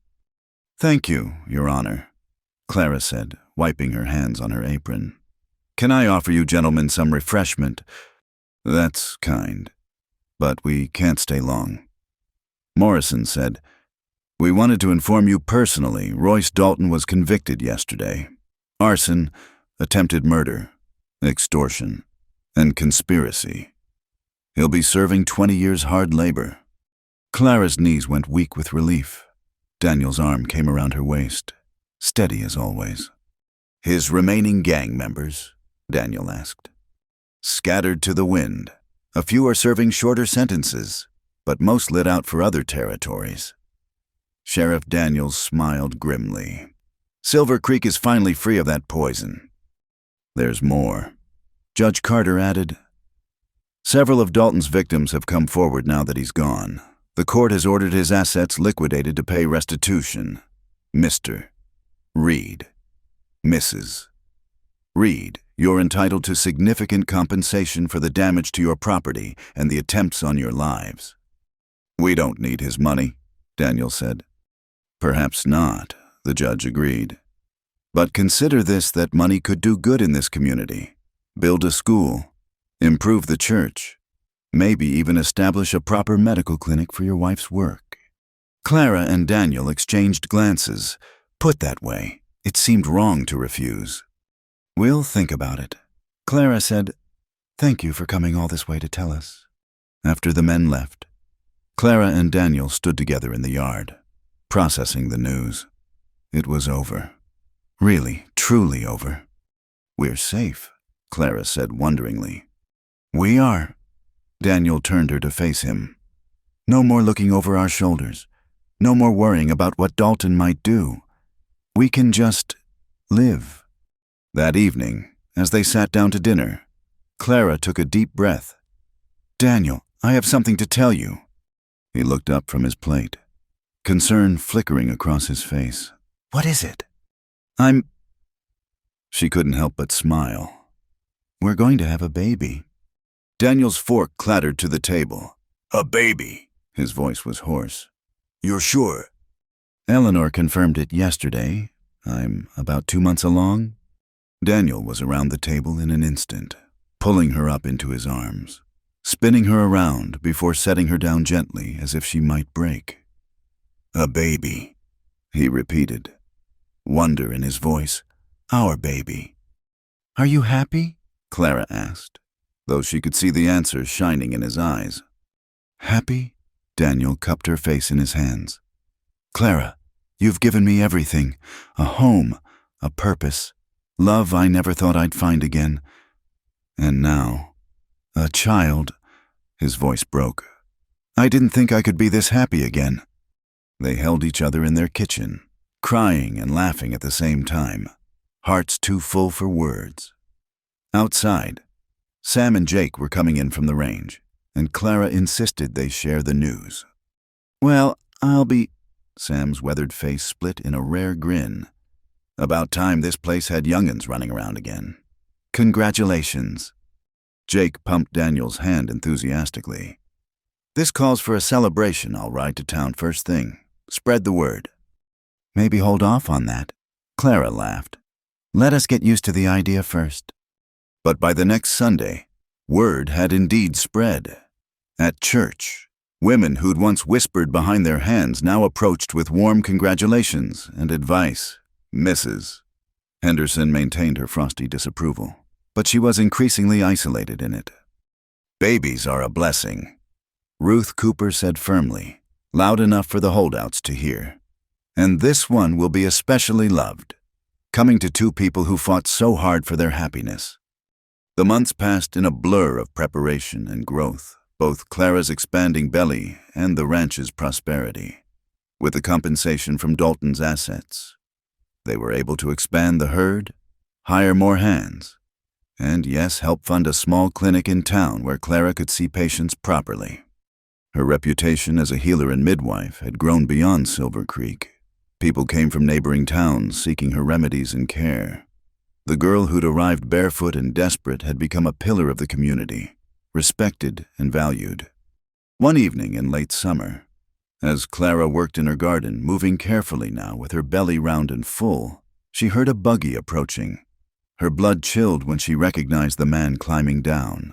Older, grayer, but unmistakably her father. Clara, Reverend Monroe said stiffly. Father. She straightened, one hand protective over her belly. How did you find me? The Dalton trial made the Eastern papers. Your name was mentioned. He looked around the prosperous ranch with obvious surprise. This is not what I expected. What did you expect to find me destitute fallen? Old anger stirred. Sorry to disappoint. Clara. He stopped, seeming to struggle with words. I came to... That is, when I heard about Dalton, about what he tried to do, I realized I may have been hasty in my judgment. Hasty, Clara laughed bitterly. You tried to force me to marry a man who terrified me. When I refused, you called me troubled, delusional. You gave ammunition to a man who tried to burn my home, who tried to kill my husband and me. I didn't know. Because you didn't care to know. I was a problem to be solved, not a daughter to be loved. Daniel appeared then. Having heard the buggy, he took in the scene with one glance and moved to Clara's side. Reverend Monroe, I presume. You're Reed. Daniel Reed. Yes, Clara's husband. Daniel's tone was polite, but cool. What brings you to Silver Creek? The Reverend drew himself up. I came to see my daughter, to make amends, perhaps. Amends? Clara felt tears prick her eyes, angry tears. Do you know what your letter to Dalton nearly cost us? Do you have any idea what we went through? I was trying to protect you. No. Clara's voice was firm. You were trying to control me. There's a difference. Father. One I learned too late from Mother, but I learned it nonetheless. They stood in tense silence for a moment. Then the Reverend's shoulders sagged. Your mother, he said quietly. She would be ashamed of me. She always said I was too rigid, too quick to decide what was right for everyone else. He looked at Clara's belly. I'm going to be a grandfather. Yes. And you're happy truly. Clara looked at Daniel, at the home they'd built, the life they'd created. I'm happier than I ever dreamed possible. Her father nodded slowly. Then I'm glad. I don't expect forgiveness. Clara, I know I don't deserve it, but I wanted you to know that I was wrong. About everything. It would have been easy to send him away, to hold on to the anger, but Clara thought about second chances, about the grace she'd been shown by this community. Would you like to stay for supper? She asked quietly. Hope flickered in her father's eyes. Yes, I'd like that very much. It wasn't forgiveness. Not yet, but it was a beginning. That night, as Clara lay in Daniel's arms, she marveled at how far they'd come. Could you have imagined this? She asked. When you found me that night in the snow? Never, Daniel admitted, his hand gentle on her belly where their child moved. I thought I was just giving shelter to someone in need. I never imagined I was meeting my future. Our future, Clara corrected, and Daniel kissed her temple. Our future, he agreed. Autumn arrived with a spectacular display of color, and with it, Clara's time came. The labor was long but uncomplicated, with Eleanor and Ruth attending. When Daniel was finally allowed in, he found Clara holding a perfect baby girl, tiny fists waving in the air. A daughter, Clara said, tears streaming down her face. Daniel, we have a daughter. Daniel sank to his knees beside the bed, one trembling finger touching the baby's cheek. She's beautiful, perfect, like her mother. What shall we call her? Clara asked. Daniel was quiet for a moment.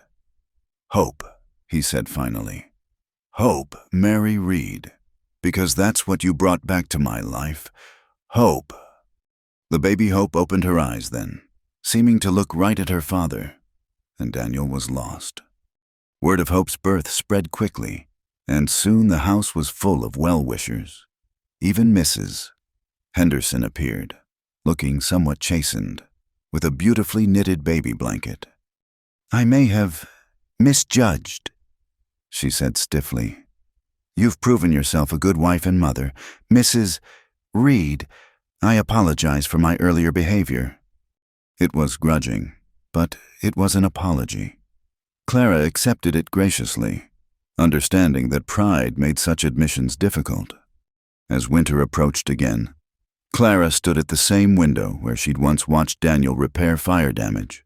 Now she watched him in the yard with Hope bundled against his chest, showing her the horses, talking to her in that gentle voice he used with all young things. The woman who'd stumbled barefoot through the snow was gone, transformed into someone stronger, surer. The desperate flight from an unwanted marriage had led her to a love deeper than she'd known existed. The ranch that had been merely Daniel's was now truly theirs, a home built on mutual respect, shared work, and abiding love. You look thoughtful, Daniel said, coming in with Hope, who was fussing for her meal. Just remembering, Clara said, taking their daughter, and being grateful. Daniel kissed her forehead, then Hope's. What are you grateful for? Everything, Clara said simply, absolutely everything, as Hope nursed contentedly. Clara looked around their warm kitchen at the herbs drying from the rafters, the bread rising on the counter, the man she loved watching them both with wonder in his eyes. Outside, snow began to fall, but inside they were warm and safe and together. She thought about that terrified girl who'd run west with nothing but desperate hope. That girl could never have imagined this life-respected healer, beloved wife, devoted mother. But sometimes, Clara reflected, the life you ran toward was infinitely better than the one you ran from. Penny for your thoughts now, Daniel said. Clara smiled, shifting Hope to her shoulder. I was just thinking about something my mother used to say. When God closes a door, he opens a window. I ran from a closing door, but you, this life, our family, you were the window, and you were mine, Daniel said softly, the window that let light back into my world. They sat together as the snow fell, their daughter peaceful between them, their love as warm as the fire in the hearth. The journey had been hard, the obstacles many, but they'd emerge stronger for the trials. In the spring, Clara would plant new herbs in her garden. Daniel would expand the ranch further.